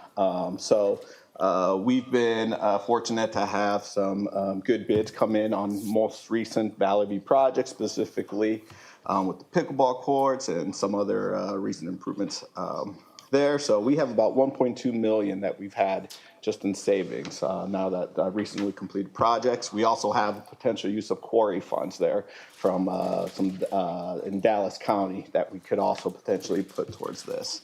I've got to say that I love how when Valley View Park first got proposed, and Russ, you'll remember this, we knew it was going to be, you know, multi-stage process to get it done.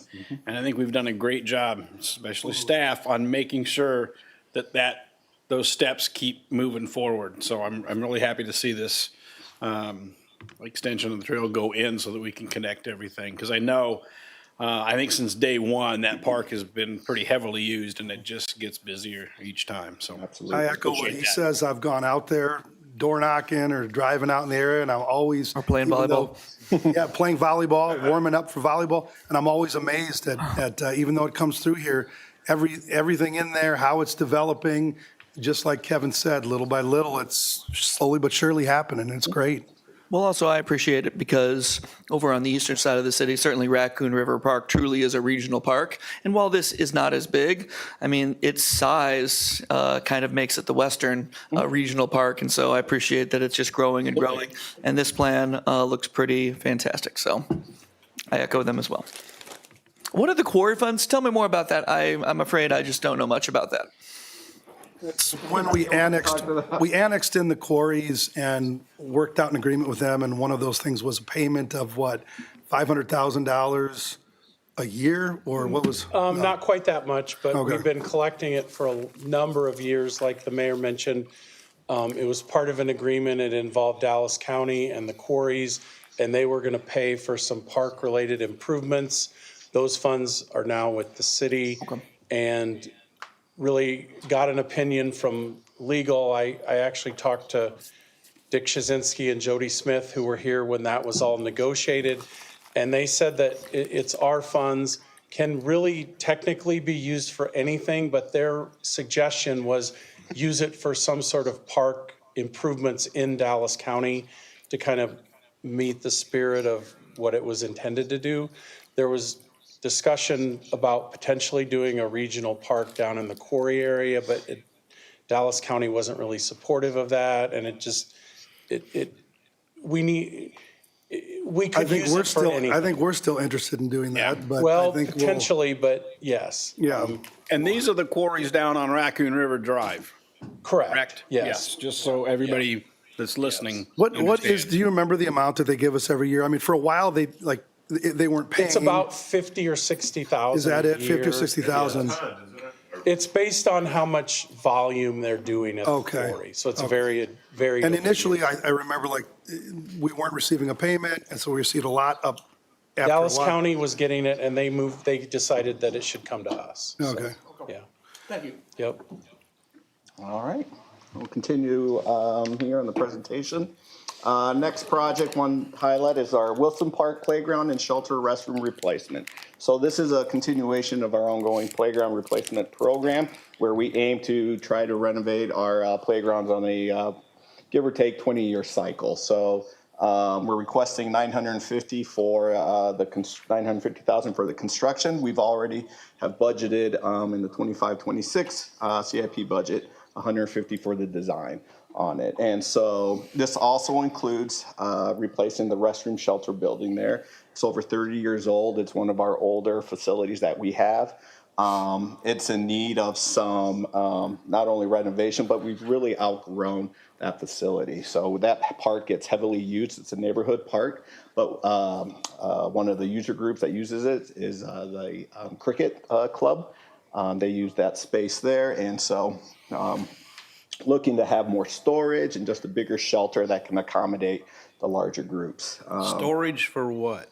Storage just for programming that we have there. So storage that our staff can use, and then also potentially where our user groups can also use for our, So the Cricket Group, potentially, yes. they're gonna store stuff? Some of their, Are they paying anything? we have a user agreement with with them. them. We have a user agreement. It'd be similar to like our agreements with girls softball, soccer. Also, are you gonna make this restroom area? Excuse me? How much bigger are you gonna make the restroom We shelter area? anticipate that the restroom is going to stay essentially the same size, I think, from the stall. So it's we could use a third like family restroom in there. I think looking at the shelter size and having a bigger space. Where right now it's a combined unit. I think one of the things we'll look at is separating the two so we can better place where the shelter goes. So this whole structure's coming down and a new one's going up? Correct. Okay, you know what I'm gonna ask? That we don't build a Taj Mahal.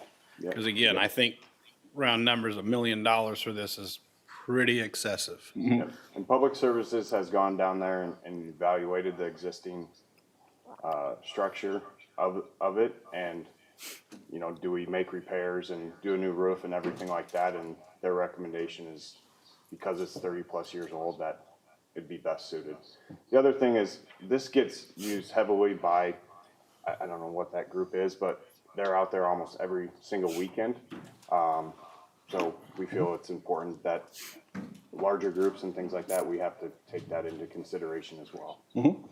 And two, I do want to point out, we are looking at some grant funding to go towards this. In fact, $350,000. We have a grant that we're in the process of completing to submit. And then also this is in a low to moderate income census area. So I think that will also open up opportunities to help fund these improvements as well. So I'm not saying improvements aren't necessarily needed. I'm just saying that $1 million is pretty steep.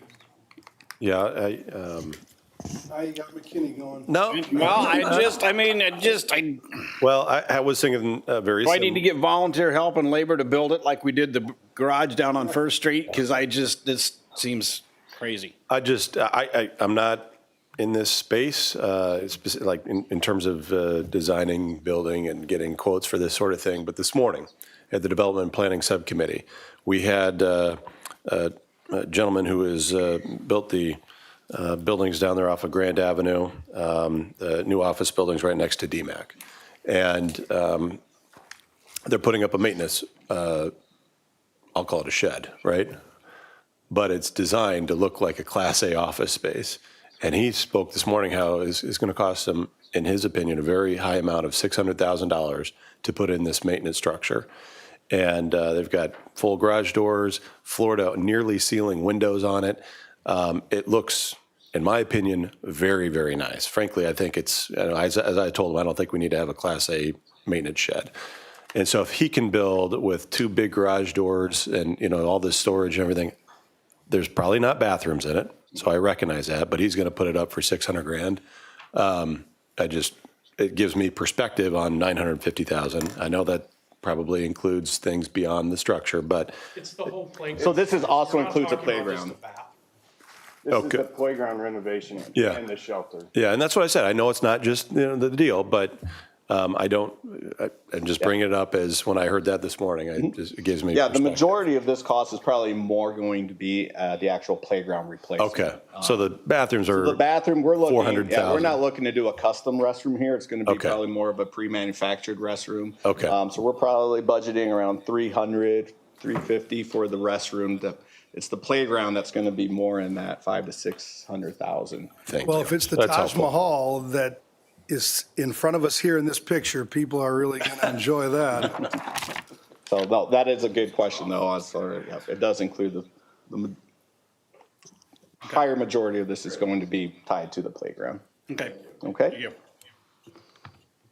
Moving on here, exciting project here is part of the continuing the marathon loop with the Raccoon River East Greenway Trail connection.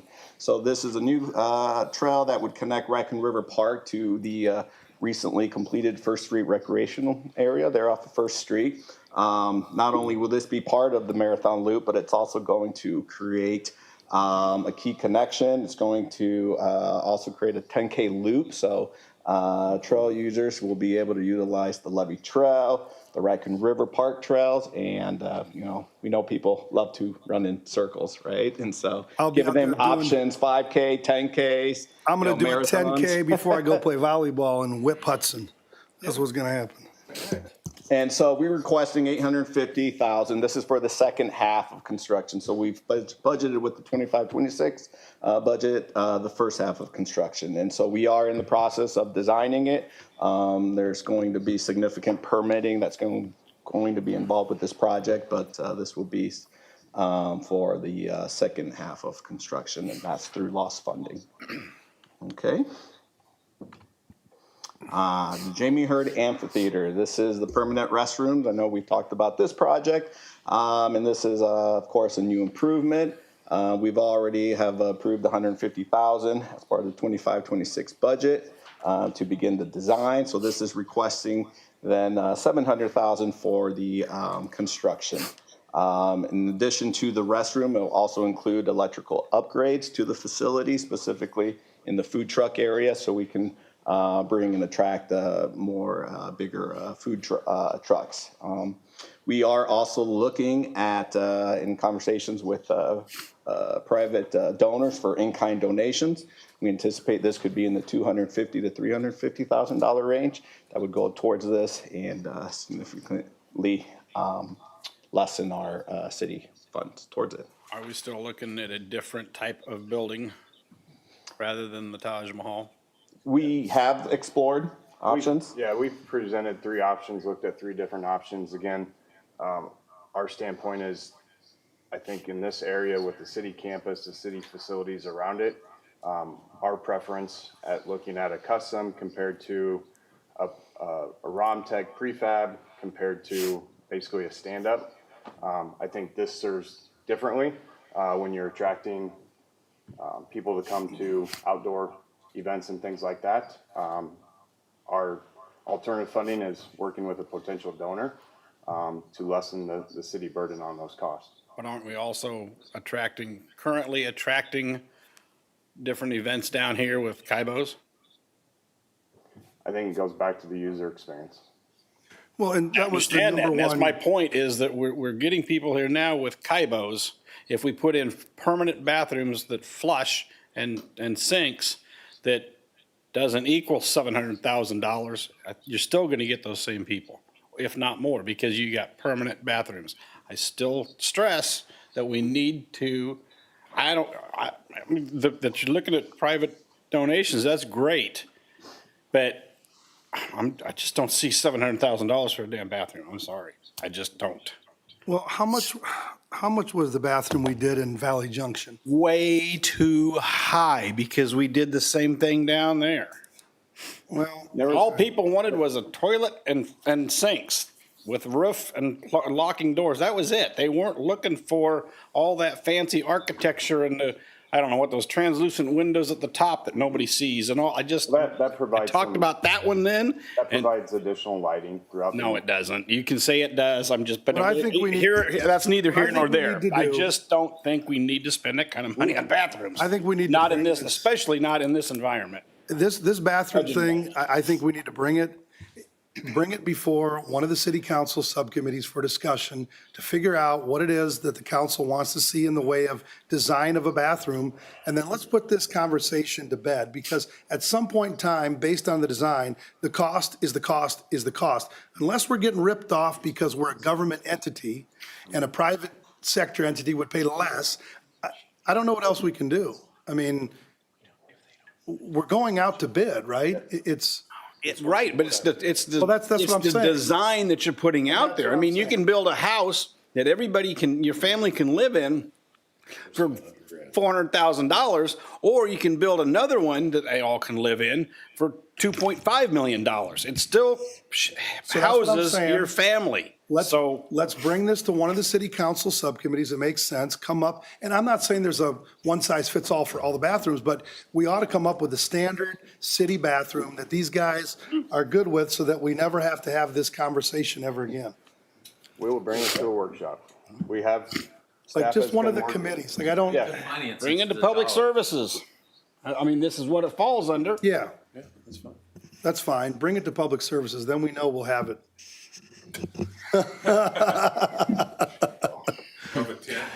Yes, yes. No? Provide no bathroom, make it last 2 hours, this meeting. No No, bathroom for either one of these guys.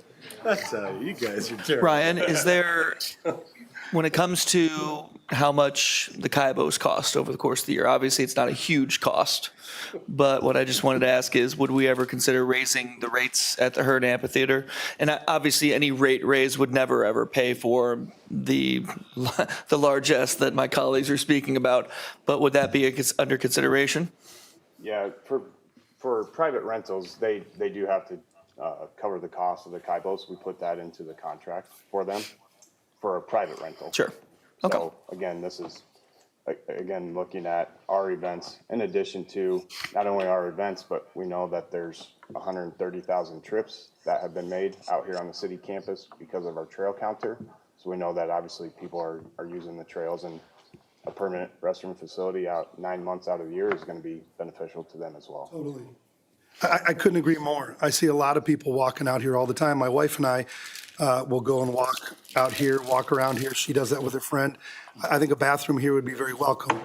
And, you know, you got to have somewhat of a nice facility, but let's bring it to Public Services and figure out what these guys can go for in the way of design, and then we'll go from there. But you know, what works for one area doesn't necessarily work for another area. I mean, I would think this one would be maybe on the little bit of the nicer side, frankly.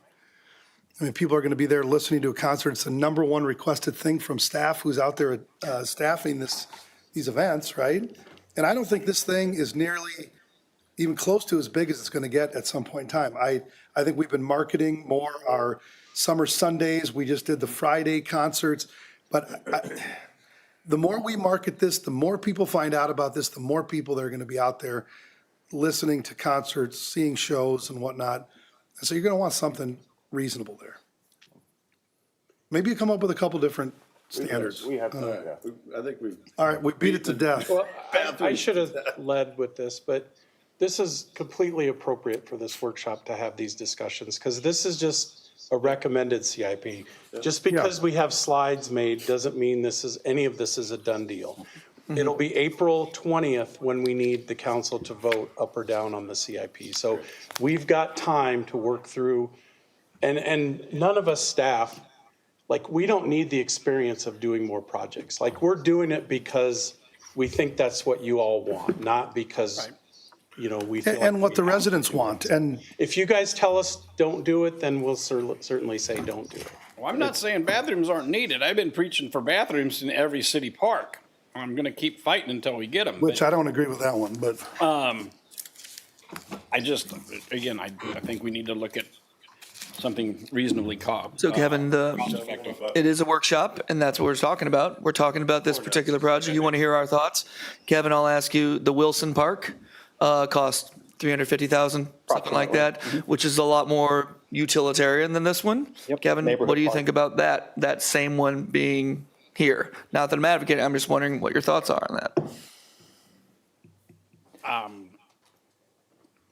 Still kind of high, but I guess if that's what the costs come in at, but it's a lot more reasonable than $700,000. Now, this would be a larger restroom than what we're proposing for Wilson Park. Sure. That's a neighborhood park, so, you know, this, to accommodate the special events that we have out here, we're proposing. But I'm just thinking, How's it gonna be in size compared to the one at Railroad Park? Very comparable.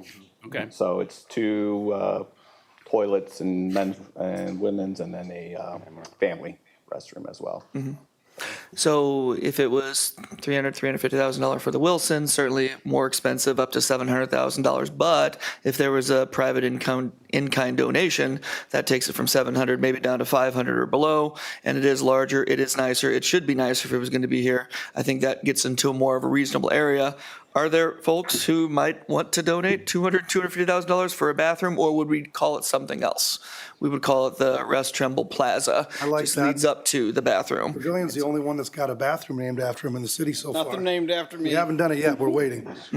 But The restroom. I think it's gonna be tough to raise money for this, but look, I think we come up with a couple different designs. I think there's gonna be maybe one bathroom. I'm not sure that one at Wilson makes sense for this. I really don't. I think it needs to be a little bit nicer here. I just want to make sure we're talking about what we're I don't talking know about. what we're talking about at Wilson. I mean, it's showing a block building right Well, now, and I'm guessing that's not what they're going to you're right. build. So, I mean, you're not even talking apples to bananas here. So No, you're right.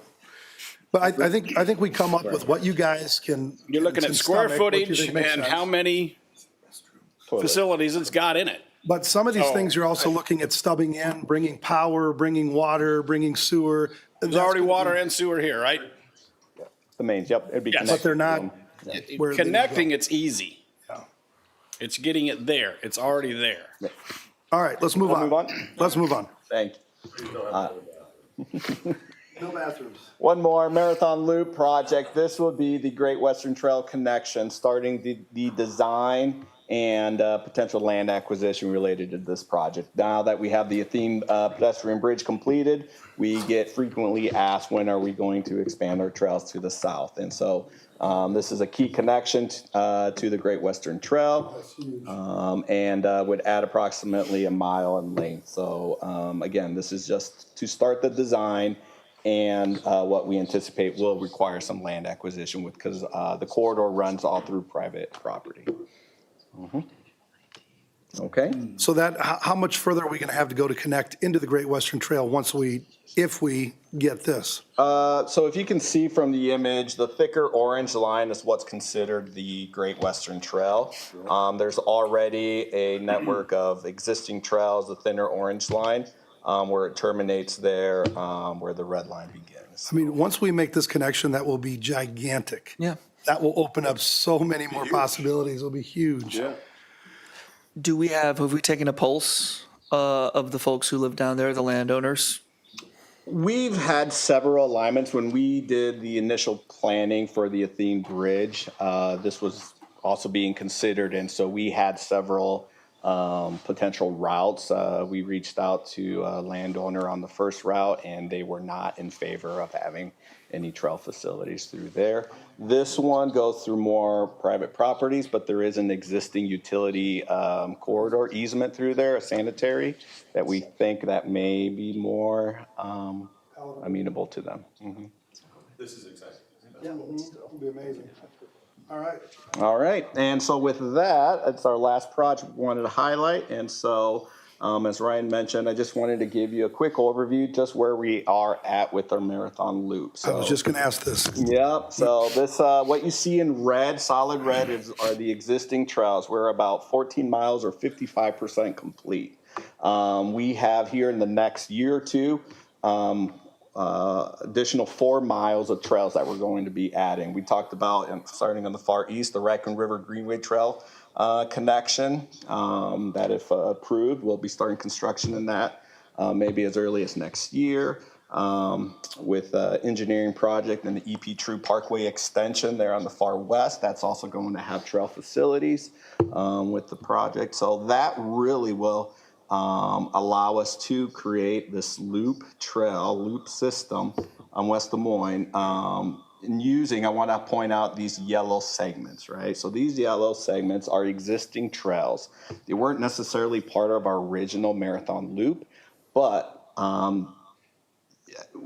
we all fully understand that trying to get the Greenway Trail on the southern half along the Raccoon River corridor is going to be a long-term plan there. So what can we do in the meantime where we can still create this loop? And so utilizing the existing trails on Grand Avenue and Grand Prairie Parkway, we are there. We're like just at 23 miles. You can do one more loop around Raccoon River Park and you can get your 26 miles right there, right? And we can say we'll be there here in the next year or two. I'm not sure what the status of EP True is, but within the next couple of years. Right? Well, EP True will be done at the end of this year. Yeah, so there, with that project and the Greenway Trail Connection project, so we're pretty excited about that. I did want to point that out, and if we still want to, council wants to pursue that Greenway connection to the south, we certainly can still continue that, but just knowing it's going to be an investment and a long-range plan. Privately held land that we would have to work with property. It does require a second pedestrian bridge. If we only get 90% of them, it really doesn't do you any good because you got a gap. Right. Is there a broader discussion? Because if we make that connection to Great Western Trail, we go down south along Veterans, and then Veterans comes all the way to Grand Prairie Parkway. And I think the Grand Prairie Parkway Bridge, does it not have a sidewalk over it too? We do have trouble. And so is that a discussion to make the marathon loop instead of doing the black dot, which the black dot idea would be super cool because it would be a beautiful ride. Yep. Obviously it would cost it would cost a lot of money. However, is there a broader discussion there's about that definitely could becoming the trail? There could be bigger loops there that's included. I think when we were originally looking at this, we thought, oh, this idea of having that marathon, that 26-mile loop, this would be a way to get there. But that would present, even more. I don't know if there are trails next on Veterans Parkway or if it stops at the interstate or. Yeah, we don't have them on Veterans Parkway, but we have them on future arterial streets. That black dotted line would be phenomenal, and I've brought this up before, got shot down, but I still keep it in the back of my head. Building up pads, being able to put some sort of establishments on stilts or what have you for people to stop there, have something to eat, get something to drink. I know that's a floodplain. But my God, that would be incredible. Just incredible. I love it. Anyway. So that presents our slideshow here. All right. Any questions? We'd be happy to. Questions for Marco or Ryan? All right, thank you, guys. Thank you, guys. All right, engineering, Brian Hemseth and Jason Schlickburn. That's right. Way less flashy. So Jason is going to be kind of pointing out the projects as we go through. I'd like to be home at 8 o'clock for no apparent reason. Let's move, get it going. So here we go. No, sir. No, sir. Okay, we're going to start off with number one, which is the Valley Junction alleys.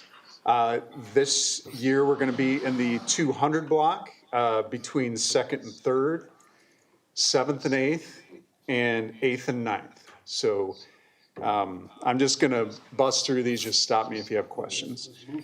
Yep. All right, Public Safety Station number 17, that's the one on Railroad. We've been kind of, over the past couple of years, there's a lot of deferred maintenance on these buildings that we're trying to kind of lump together. Public Station 17 is generator replacement, a kitchen remodel, and locker room improvements. So the numbers we're looking at right now, they're kind of some swags on what we're going to be doing for design on these. We don't know for sure what the construction's going to look like. But that's what these numbers are right now, is just design numbers for these. So, and the same with Public Station 19, the Westcom reorganization modifications. I mean, you can read just as well as I can. Fire EMS reorganization modifications, HVAC improvements, server room, men's locker rooms, metal roof replacement. So that, again, this is going to turn into what could potentially be a fairly large project. But this is just the design right now to get, to figure out what those numbers would be. So any questions on those? Okay.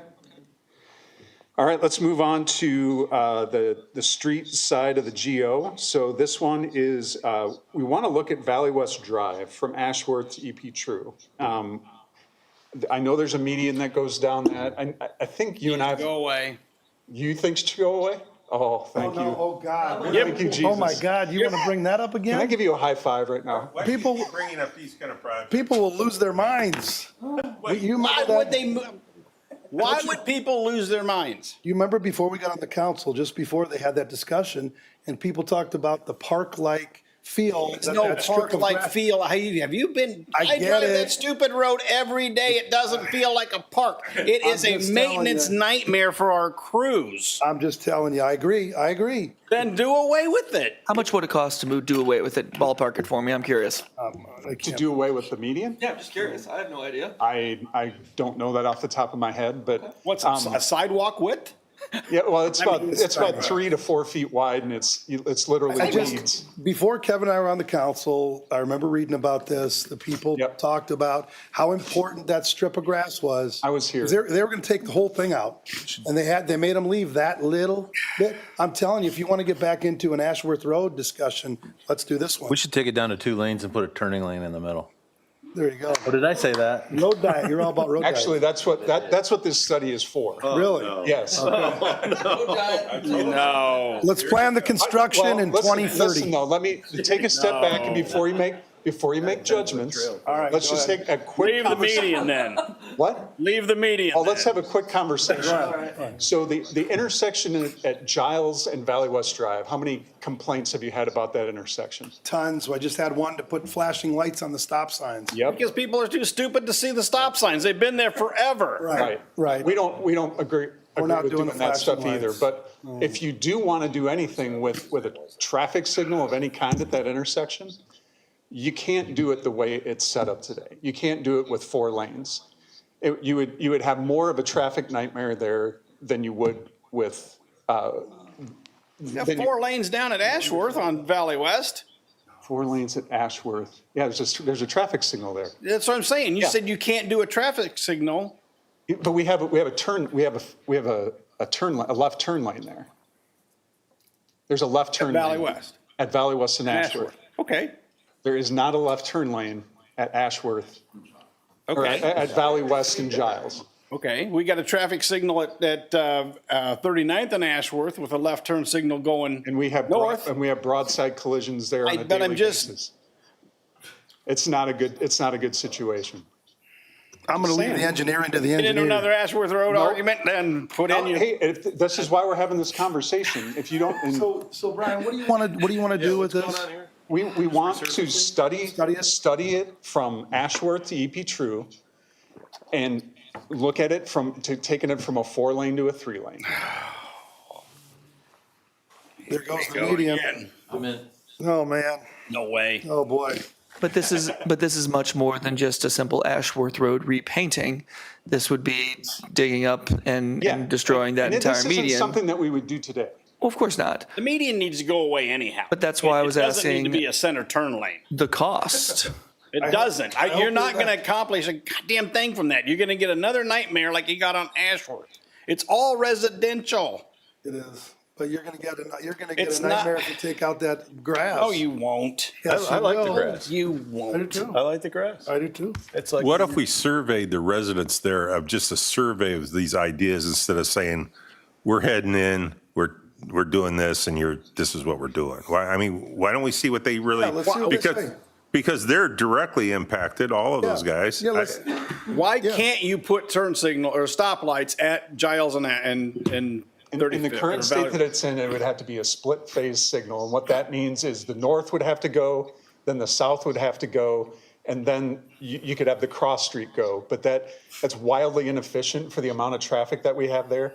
It wouldn't work well. You're You would have gonna laugh. huge backups. you're going to laugh at this, but what about, probably not enough room, what about one of those roundabouts Yeah, that would take some right of way from those 4? those corners. Those 4 owners. There's no way. All right, well, let's study it and see what it says. Well, we don't have to do that. Let's but it's study just, it. we'll keep it on there and What's the main purpose of studying this? The main purpose of the study is to look at it from taking it from 4 to 3 lane. Because of too many crashes or what? Well, it's mainly because of that intersection. But are there crashes at that intersection as to why you think this needs to happen? No. Then what's the purpose? Benders. The number, well, there are crashes there, but the number of complaints we have about that intersection, nothing's going to get fixed on that intersection. I don't hear of them. I hear them all the time. I do. I live there. I don't hear about them. It's your word, Kevin, and you haven't heard. That's No, I'm surprising. saying you I hasn't got heard. a That's jillion interesting. of them from the mayor when he was out knocking on doors. A jillion. Okay, you knocked on how many doors and how many complaints? 6? Quite a few. There were, I mean, there were a number of them. I mean, I hear about it a lot. We get it quite a bit. They do. Brian, I like Tom's idea before you start a study. I appreciate it, and I like hearing about it. But would it be cost efficient at this exact moment to ask the entire stretch of residents what they thought about it? But I don't know that it's just the people that live there. It's, I mean, you Let's got start how with many them, people though. that travel that don't live on Valley West Drive? Which is what you have to take into account on Ashworth. Correct. Same deal. But again, I'm not hearing from anybody that 39, or 35th and Giles is horrible, okay? I used to hear from Glenn, the crossing guard, okay? But if we don't have any crashes. We have crashes. But that's driving this, because you just said that 3 minutes ago, that it's not because of the safety issues, it's because of 6 people told Russ when he was door knocking that we need to do something. Well, So like Tim said earlier, we don't have to do any of these projects. Okay, move on. But you're not only hearing from me, but over the years, you're hearing from other council people. You're hearing from residents that are calling in. I mean, it's adding up. It's enough that it's made you take a look at it. Correct. But I'm in favor of moving it forward and see what it looks like. I'm telling you, I've traveled this road since every single day since other than when I'm out of town, since when I moved there, 2011, I think. Okay, and there's no issue. Where's the masses? Let me talk to those 6 people. I don't need a study at this point. Maybe down the road if I hear a bunch of complaints. You know, I had so many complaints elsewhere. I shared them over to you.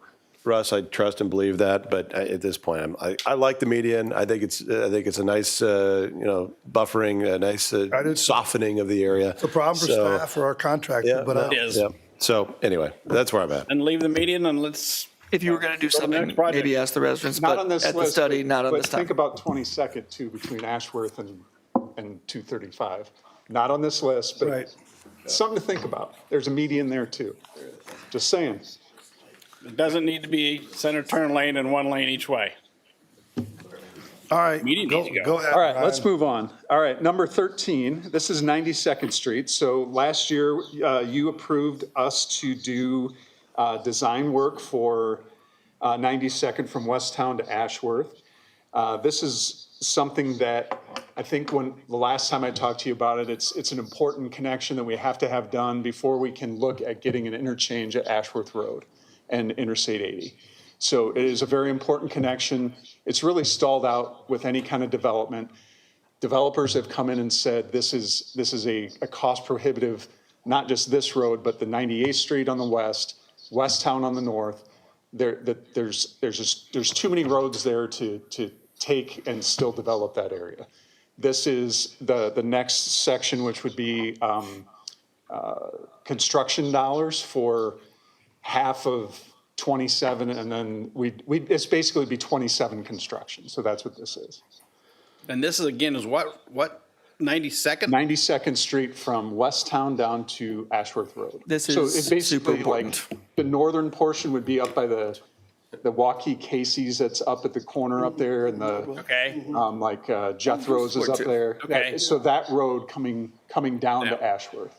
We have a lot of, we need to get more cars from South Maple Grove area onto Ashworth versus having them all up on University and taking that University to Jordan Creek Parkway to Interstate 80 movement. It's just. And those people were all asking me about 88th doing the whole thing, and what are we going to do with that, and can we change that? Oh, yeah, and that would go away with Hates the inclusion of Would we move the 92nd. stoplight to 92nd? Yep, that signal would just go away. I got so many questions about that. I'm like, I finally had to call you on it. What are we doing with 88th? Yeah, it'll go away once 92nd is constructed. Okay. So what would the I'm all in timeline favor of that of look that. like? Construction would be 27 as it stands right now. So we still got some right-of-way things we got to work out with that one property owner, but we're working on it. Sure, understood. Okay. Next, Ashworth Road reconstruction, 19th to 22nd. This is just the construction dollars. You did the order construction for this in the consent agenda today. So 2.5 million in STVG, the rest in GO. And then we're looking at the remainder of First to 50th and converting that from 4 to 3 lane. That would be a number that I believe Eric is looking at getting the Traffic Safety Improvement Program funds, TSIP funds for that. So we can get up to, I think, $500,000 for that. So that would be a good project to get done, but we can't get that, the construction of that done until we get 19th, 22nd done and open. The next one would be the design for Ashworth Road reconstruction from 4th to 8th. That's the next section that's in the poorest condition, and we need to jump on that one to at least get the design done and start working on right-of-way, which we shouldn't have a lot of. It's probably just temporaries on that. Maybe some at like corners at intersections, but pretty minimal there. And then in the out years would be the construction dollars. The intersection improvements at 16th and Grand, we did the design of that, and this would be the construction dollars for that. So that's adding a turn lane on Grand in that location, a left turn lane, and then a pedestrian hybrid beacon at that location to get people across Grand safely. So, Sacred Heart? yes, yep. So we already have a light, I mean, we already have a light there. Do we? No, you No don't. light there. No light. No lights. There used to be a light mid-block between 13th and 16th. That went away years ago. That is something I heard, the Okay. beacon block. I heard that from a couple of Yep. residents. I did too. We could put that at, no, I won't say anything. Okay. Right by Secret, okay. And then South 88th and Stagecoach Drive improvements. So this one is, when we built 88th on the west side, we only built 2 lanes. When they brought 88th in, the developers brought 88th in on the east side, we had them build 3 lanes, which we should have done on the other side. So this was, and that was the whole Hubble Oh, yes, yes. thing where I think we're probably trying to keep costs down and various things. So we're looking at making sure at that intersection we have 3 lanes so that they match across from each other. So that's all we're looking at there. I think that number's pretty high though. How many total lanes? It would be 3 lanes on both sides. So, but no. No. Both sides. No, 3 lanes on both sides of the intersection so that they match up. Yeah, sorry. That's going the wrong direction. So across the intersection, there's 3 lanes on that side we need to put, yep. Okay, now we're moving on to the East Public Services Facility fueling facility updates. So we have been down this road multiple times and we've had high bids come in. We finally added this to the fire station on the east side. And this would be the number that we would need to cover the rest of that 650,000. So we have bids on that yet, but we don't have a GMP yet. Correct. Yeah, so that GMP will be coming next council meeting? Yep. Yeah. So this is to totally rebuild that fueling station? Yep. How many of our vehicles have flex fuel? Do we know that, Gary? Takes E85? So we're running are we running E85 fuel? Yes. Okay, good. We're also using biodiesel. Good, thank you. Okay, these next ones should be, well, pretty quick. Then number 47 is the fire and EMS station. Number 13, the $9 million will get us the rest of that. That is a CMAR project as well. Let's see, I don't really know. It's these are TIF projects, so that would be in the Alluvion TIF district.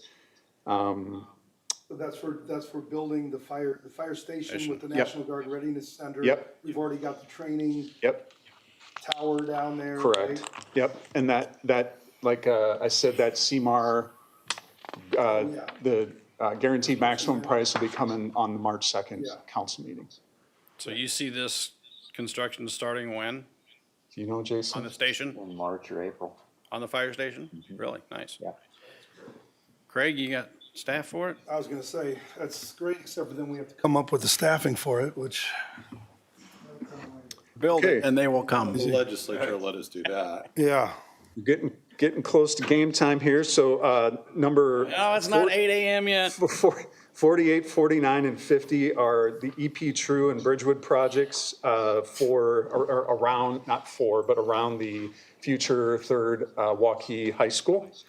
So we're looking at just the additional funds to finish up the 2 EP True projects, and then to get some funds to start the grading, essentially the grading of the Bridgewood Boulevard project, because we have to go through that huge ravine where Fox Creek goes through. We have to build a culvert. We have to put a lot of fill in. That's got to settle out. We'd be in a lot better shape to get that grading done, get the culvert in, and let it sit for a while so we're not running into issues like we are at Stonewood with settling pavements and things like that. So that's what our plan is for that. So when I look at number 50, and that was my question, you kind of answered it, Brian, like it seems a little premature to do that, but you're saying laying the groundwork right now is going to make a big difference in terms of settling so that the Stonewood thing doesn't happen? Yes, and there is a little section of that we're going to have to build probably sooner than later, like the pavement of, because Bill Spencer has a project coming in, townhome project, that would be right across the street from where that high school is going. And if that goes, we would have to build that as part of our developer's agreement with him. Where would that be exactly, if you want to point it out on the map? It would be from the intersection of EP True, probably about 1,000 feet south. So just to the south of that circle, like butting up against Yes, that Fox Creek? that circled area there that Jason Neighborhood. did, right in that area. Okay. That would be what we would build. But on the southwest side of that circle specifically, is that what you're talking about? Where the number 48 is. Okay, yeah. Oh, yeah, that's where where the 48 There we is go. is where the Okay, development's going thank to you. be. You're Yeah, looking sorry. you're looking at doing the dirt work and the culvert now, and then the paving would be next year, I'm Well, presuming? this paving could be a part of that project because it's needed for the development, but the rest of the pavement that's going to go over the culvert, like the stuff that's going in farther east, will hold on. That'll hold on. Okay. Okay, there we go. Yeah, So just the sorry. paving to the very, very edge of that parcel right there, where that circle ends. Hi, Tim. Hi, it's important to remember that we have an agreement with the developer where they're going to contribute significantly to Bridgewood, as is the school district. So when that road, it's not just all borne by the city. There's 3 parties involved with the financing. Right, no, I just wanted to get clear that the culvert is gonna be sitting for Yes. probably a year or so to get At least- everything at settled least, out. Yeah, yeah, and Okay. we really have no reason to do the paving of Bridgewood until they start building that high school or Sure. when they commit to it. And this negotiation to get, these roads done in this area was not easy either. I mean, I really appreciate you guys sitting down with the landowners in there, Waukee Community School District, to figure this whole thing out. I mean, that meeting really made this all happen, and we were kind of stalled out for a long Yeah. time until we had that meeting and you guys worked to figure something out. So. And if you haven't seen it, go onto the YouTube and see the latest drone videos of that grading that's done out there. It's pretty remarkable what was done out there. So, all right, let's move on to Boonville Road. This is one that I think we awarded the contract on just recently. So this is just getting that money into the budget for this year. Those bids were received and they were much less than what was originally budgeted, so we're in very good shape on that project. And then Grand Avenue widening from South 60th to South Jordan Creek Parkway. This is we have the design and the right-of-way pretty much completed on that. We're just kind of waiting for the Grand Experience to materialize so we can realize some of those TIF dollars to get that project done. We may need to do that before that's done. It's possible. So we may have to do some work with Tim and some other dollars to try to get that done in advance. There's just some patching that needs to be done in front of the recplex that we really don't want to do until we have those other lanes built so that people can drive on that and we're not shutting down the road in front of the recplex. That's not a great look. That would not be. But it'll be challenging to get the funding, though. That's what we're working on, so. And I think the last ones are these stormwater projects, so these will go pretty quick. The 12th and Vine Detention Facility, or stormwater facility as we call it, because people think that we're detaining people there, which we're not. This is, we have a pretty good amount of money coming from STBG on this. We plan to bid this very soon, I think next month, I believe. That's Ben's project. Is this gonna be in one project, or are we gonna do this in phases? One project. One project. Yep, That bridges? at the Bridges area, yep. It's 12th and Vine. And then if you look, so at, let's see, let's look at 71 first. So the 14th and Mountain piping to the 12th and Vine detention facility. So this is something that we've always wanted to do, but never had a place to put the water. Grand is acting as a dam for a lot of water on the other side. So the piping going under Grand isn't very big, and we need to make it bigger. But we can't make it bigger until we have something to hold that water. And that's what we want to do now that we have this detention facility, or we will have this detention facility. We want to get that pipe under Grand. So a very important project. It's part of the stormwater fee. The 12th and Vine detention. Okay, that's what I thought. I just thought, Yeah, wow. it'll just go under Grand. It'll basically, it's a relief valve for that area by 14th and Mountain. If you remember a few years back, we did some intake work in that area. And we had like pretty bad flooding down in that area during really heavy rains. That intake work really helped it, but this will help it even more. So How are you gonna get the piping there? Because 14th and Mountain is lower than 13th and Grand. yeah, 14th and Mountain is lower than, no, I don't think so. I don't think that's Or, right. I mean, it's lower than 14th and, so as you come up that hill, Yep, from Mountain, you come up a hill to Grand, yep. okay? So We can get how are there. we gonna, you gonna directional drill it, or how are we gonna get it? I think Because we'll- that's, I mean, you got a house there at 14th and Mountain, and you got that commercial office building there. Yeah. This pipe snakes through in between buildings, under buildings. So That's part of my- the design, we're gonna have to figure out what that corridor. The current is. pipe does. The current Yeah. pipe does, yes. So, yeah, I don't know yet. I don't think we know the answer to that yet. Okay. So Yeah, but that's something we'll explore work that. on in the Okay. design. All right. Okay, and the last two, I'd skip 70. So 70 is, so on the 16th and Grand project, there's some pipe work that needs to be done there.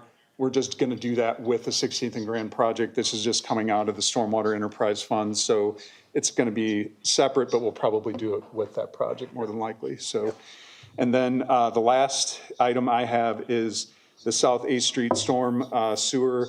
We have money already allocated to that from, I think, 2 fiscal years ago, but that's the one that's running south of Railroad, right in the middle where those, there's a development going in there just east of 8th Street, I believe, or 9th Street. 9th Street. 9th Street. So there's basically a bottomless, isn't there like railroad cars and railroad The railroad ties? ties on the top would just. Yeah, it's not really a concrete culvert, so mortar in we there. need to go in there and make it a culvert essentially. So it's very old, not in great shape, and we need to go in and fix it, and preferably before this development goes in. It's been there a few years. Been there a while. So that's all I got. Any questions? Looks good. No, I have a question for you after, but we can finish up. Okay. you're gonna have to go over to his house to Gonna watch be the at, game. gonna be at 10:05? Yeah. I'm kidding. You can ask me anything, anytime. The game will still be on. You have one, Greg, or you just want to ask him afterwards? No, I'll ask him after. All right. We should finish. All right, any other questions, any other ground we have to cover, or are we good? Thank you guys for putting all the work into this thing, thank even you. though Thank maybe you. we Yeah, you bet. did some of it. I appreciate the discussion too. Great. I know it seems like Yeah. adversarial, but that's what this, I mean, it's good discussion. Right, right. And I appreciate you looking at that, especially when it comes to Valley West Drive in between Ashworth and Neepy True, for all the comments you guys have heard over the years at that intersection. I don't mind studying it. Now, people could get worked up, but I don't mind studying. Taking out that median, I know would be an issue, but. Yeah. I'd like to make it Not as bigger. bad as the turn lane. Guys, Jason, good seeing you. Yeah. Thank you. Yep. He did all the work, by the way. I just want to make sure. Thank you, Jason. Thank you, everybody. Yeah. People lose lose their minds with that strip of grass. Not as bad as they were with the frickin' turn lanes. Oh, there you go. Probably been too hot. We're definitely gonna go. There's no doubt. Out right now. So we leave it alone.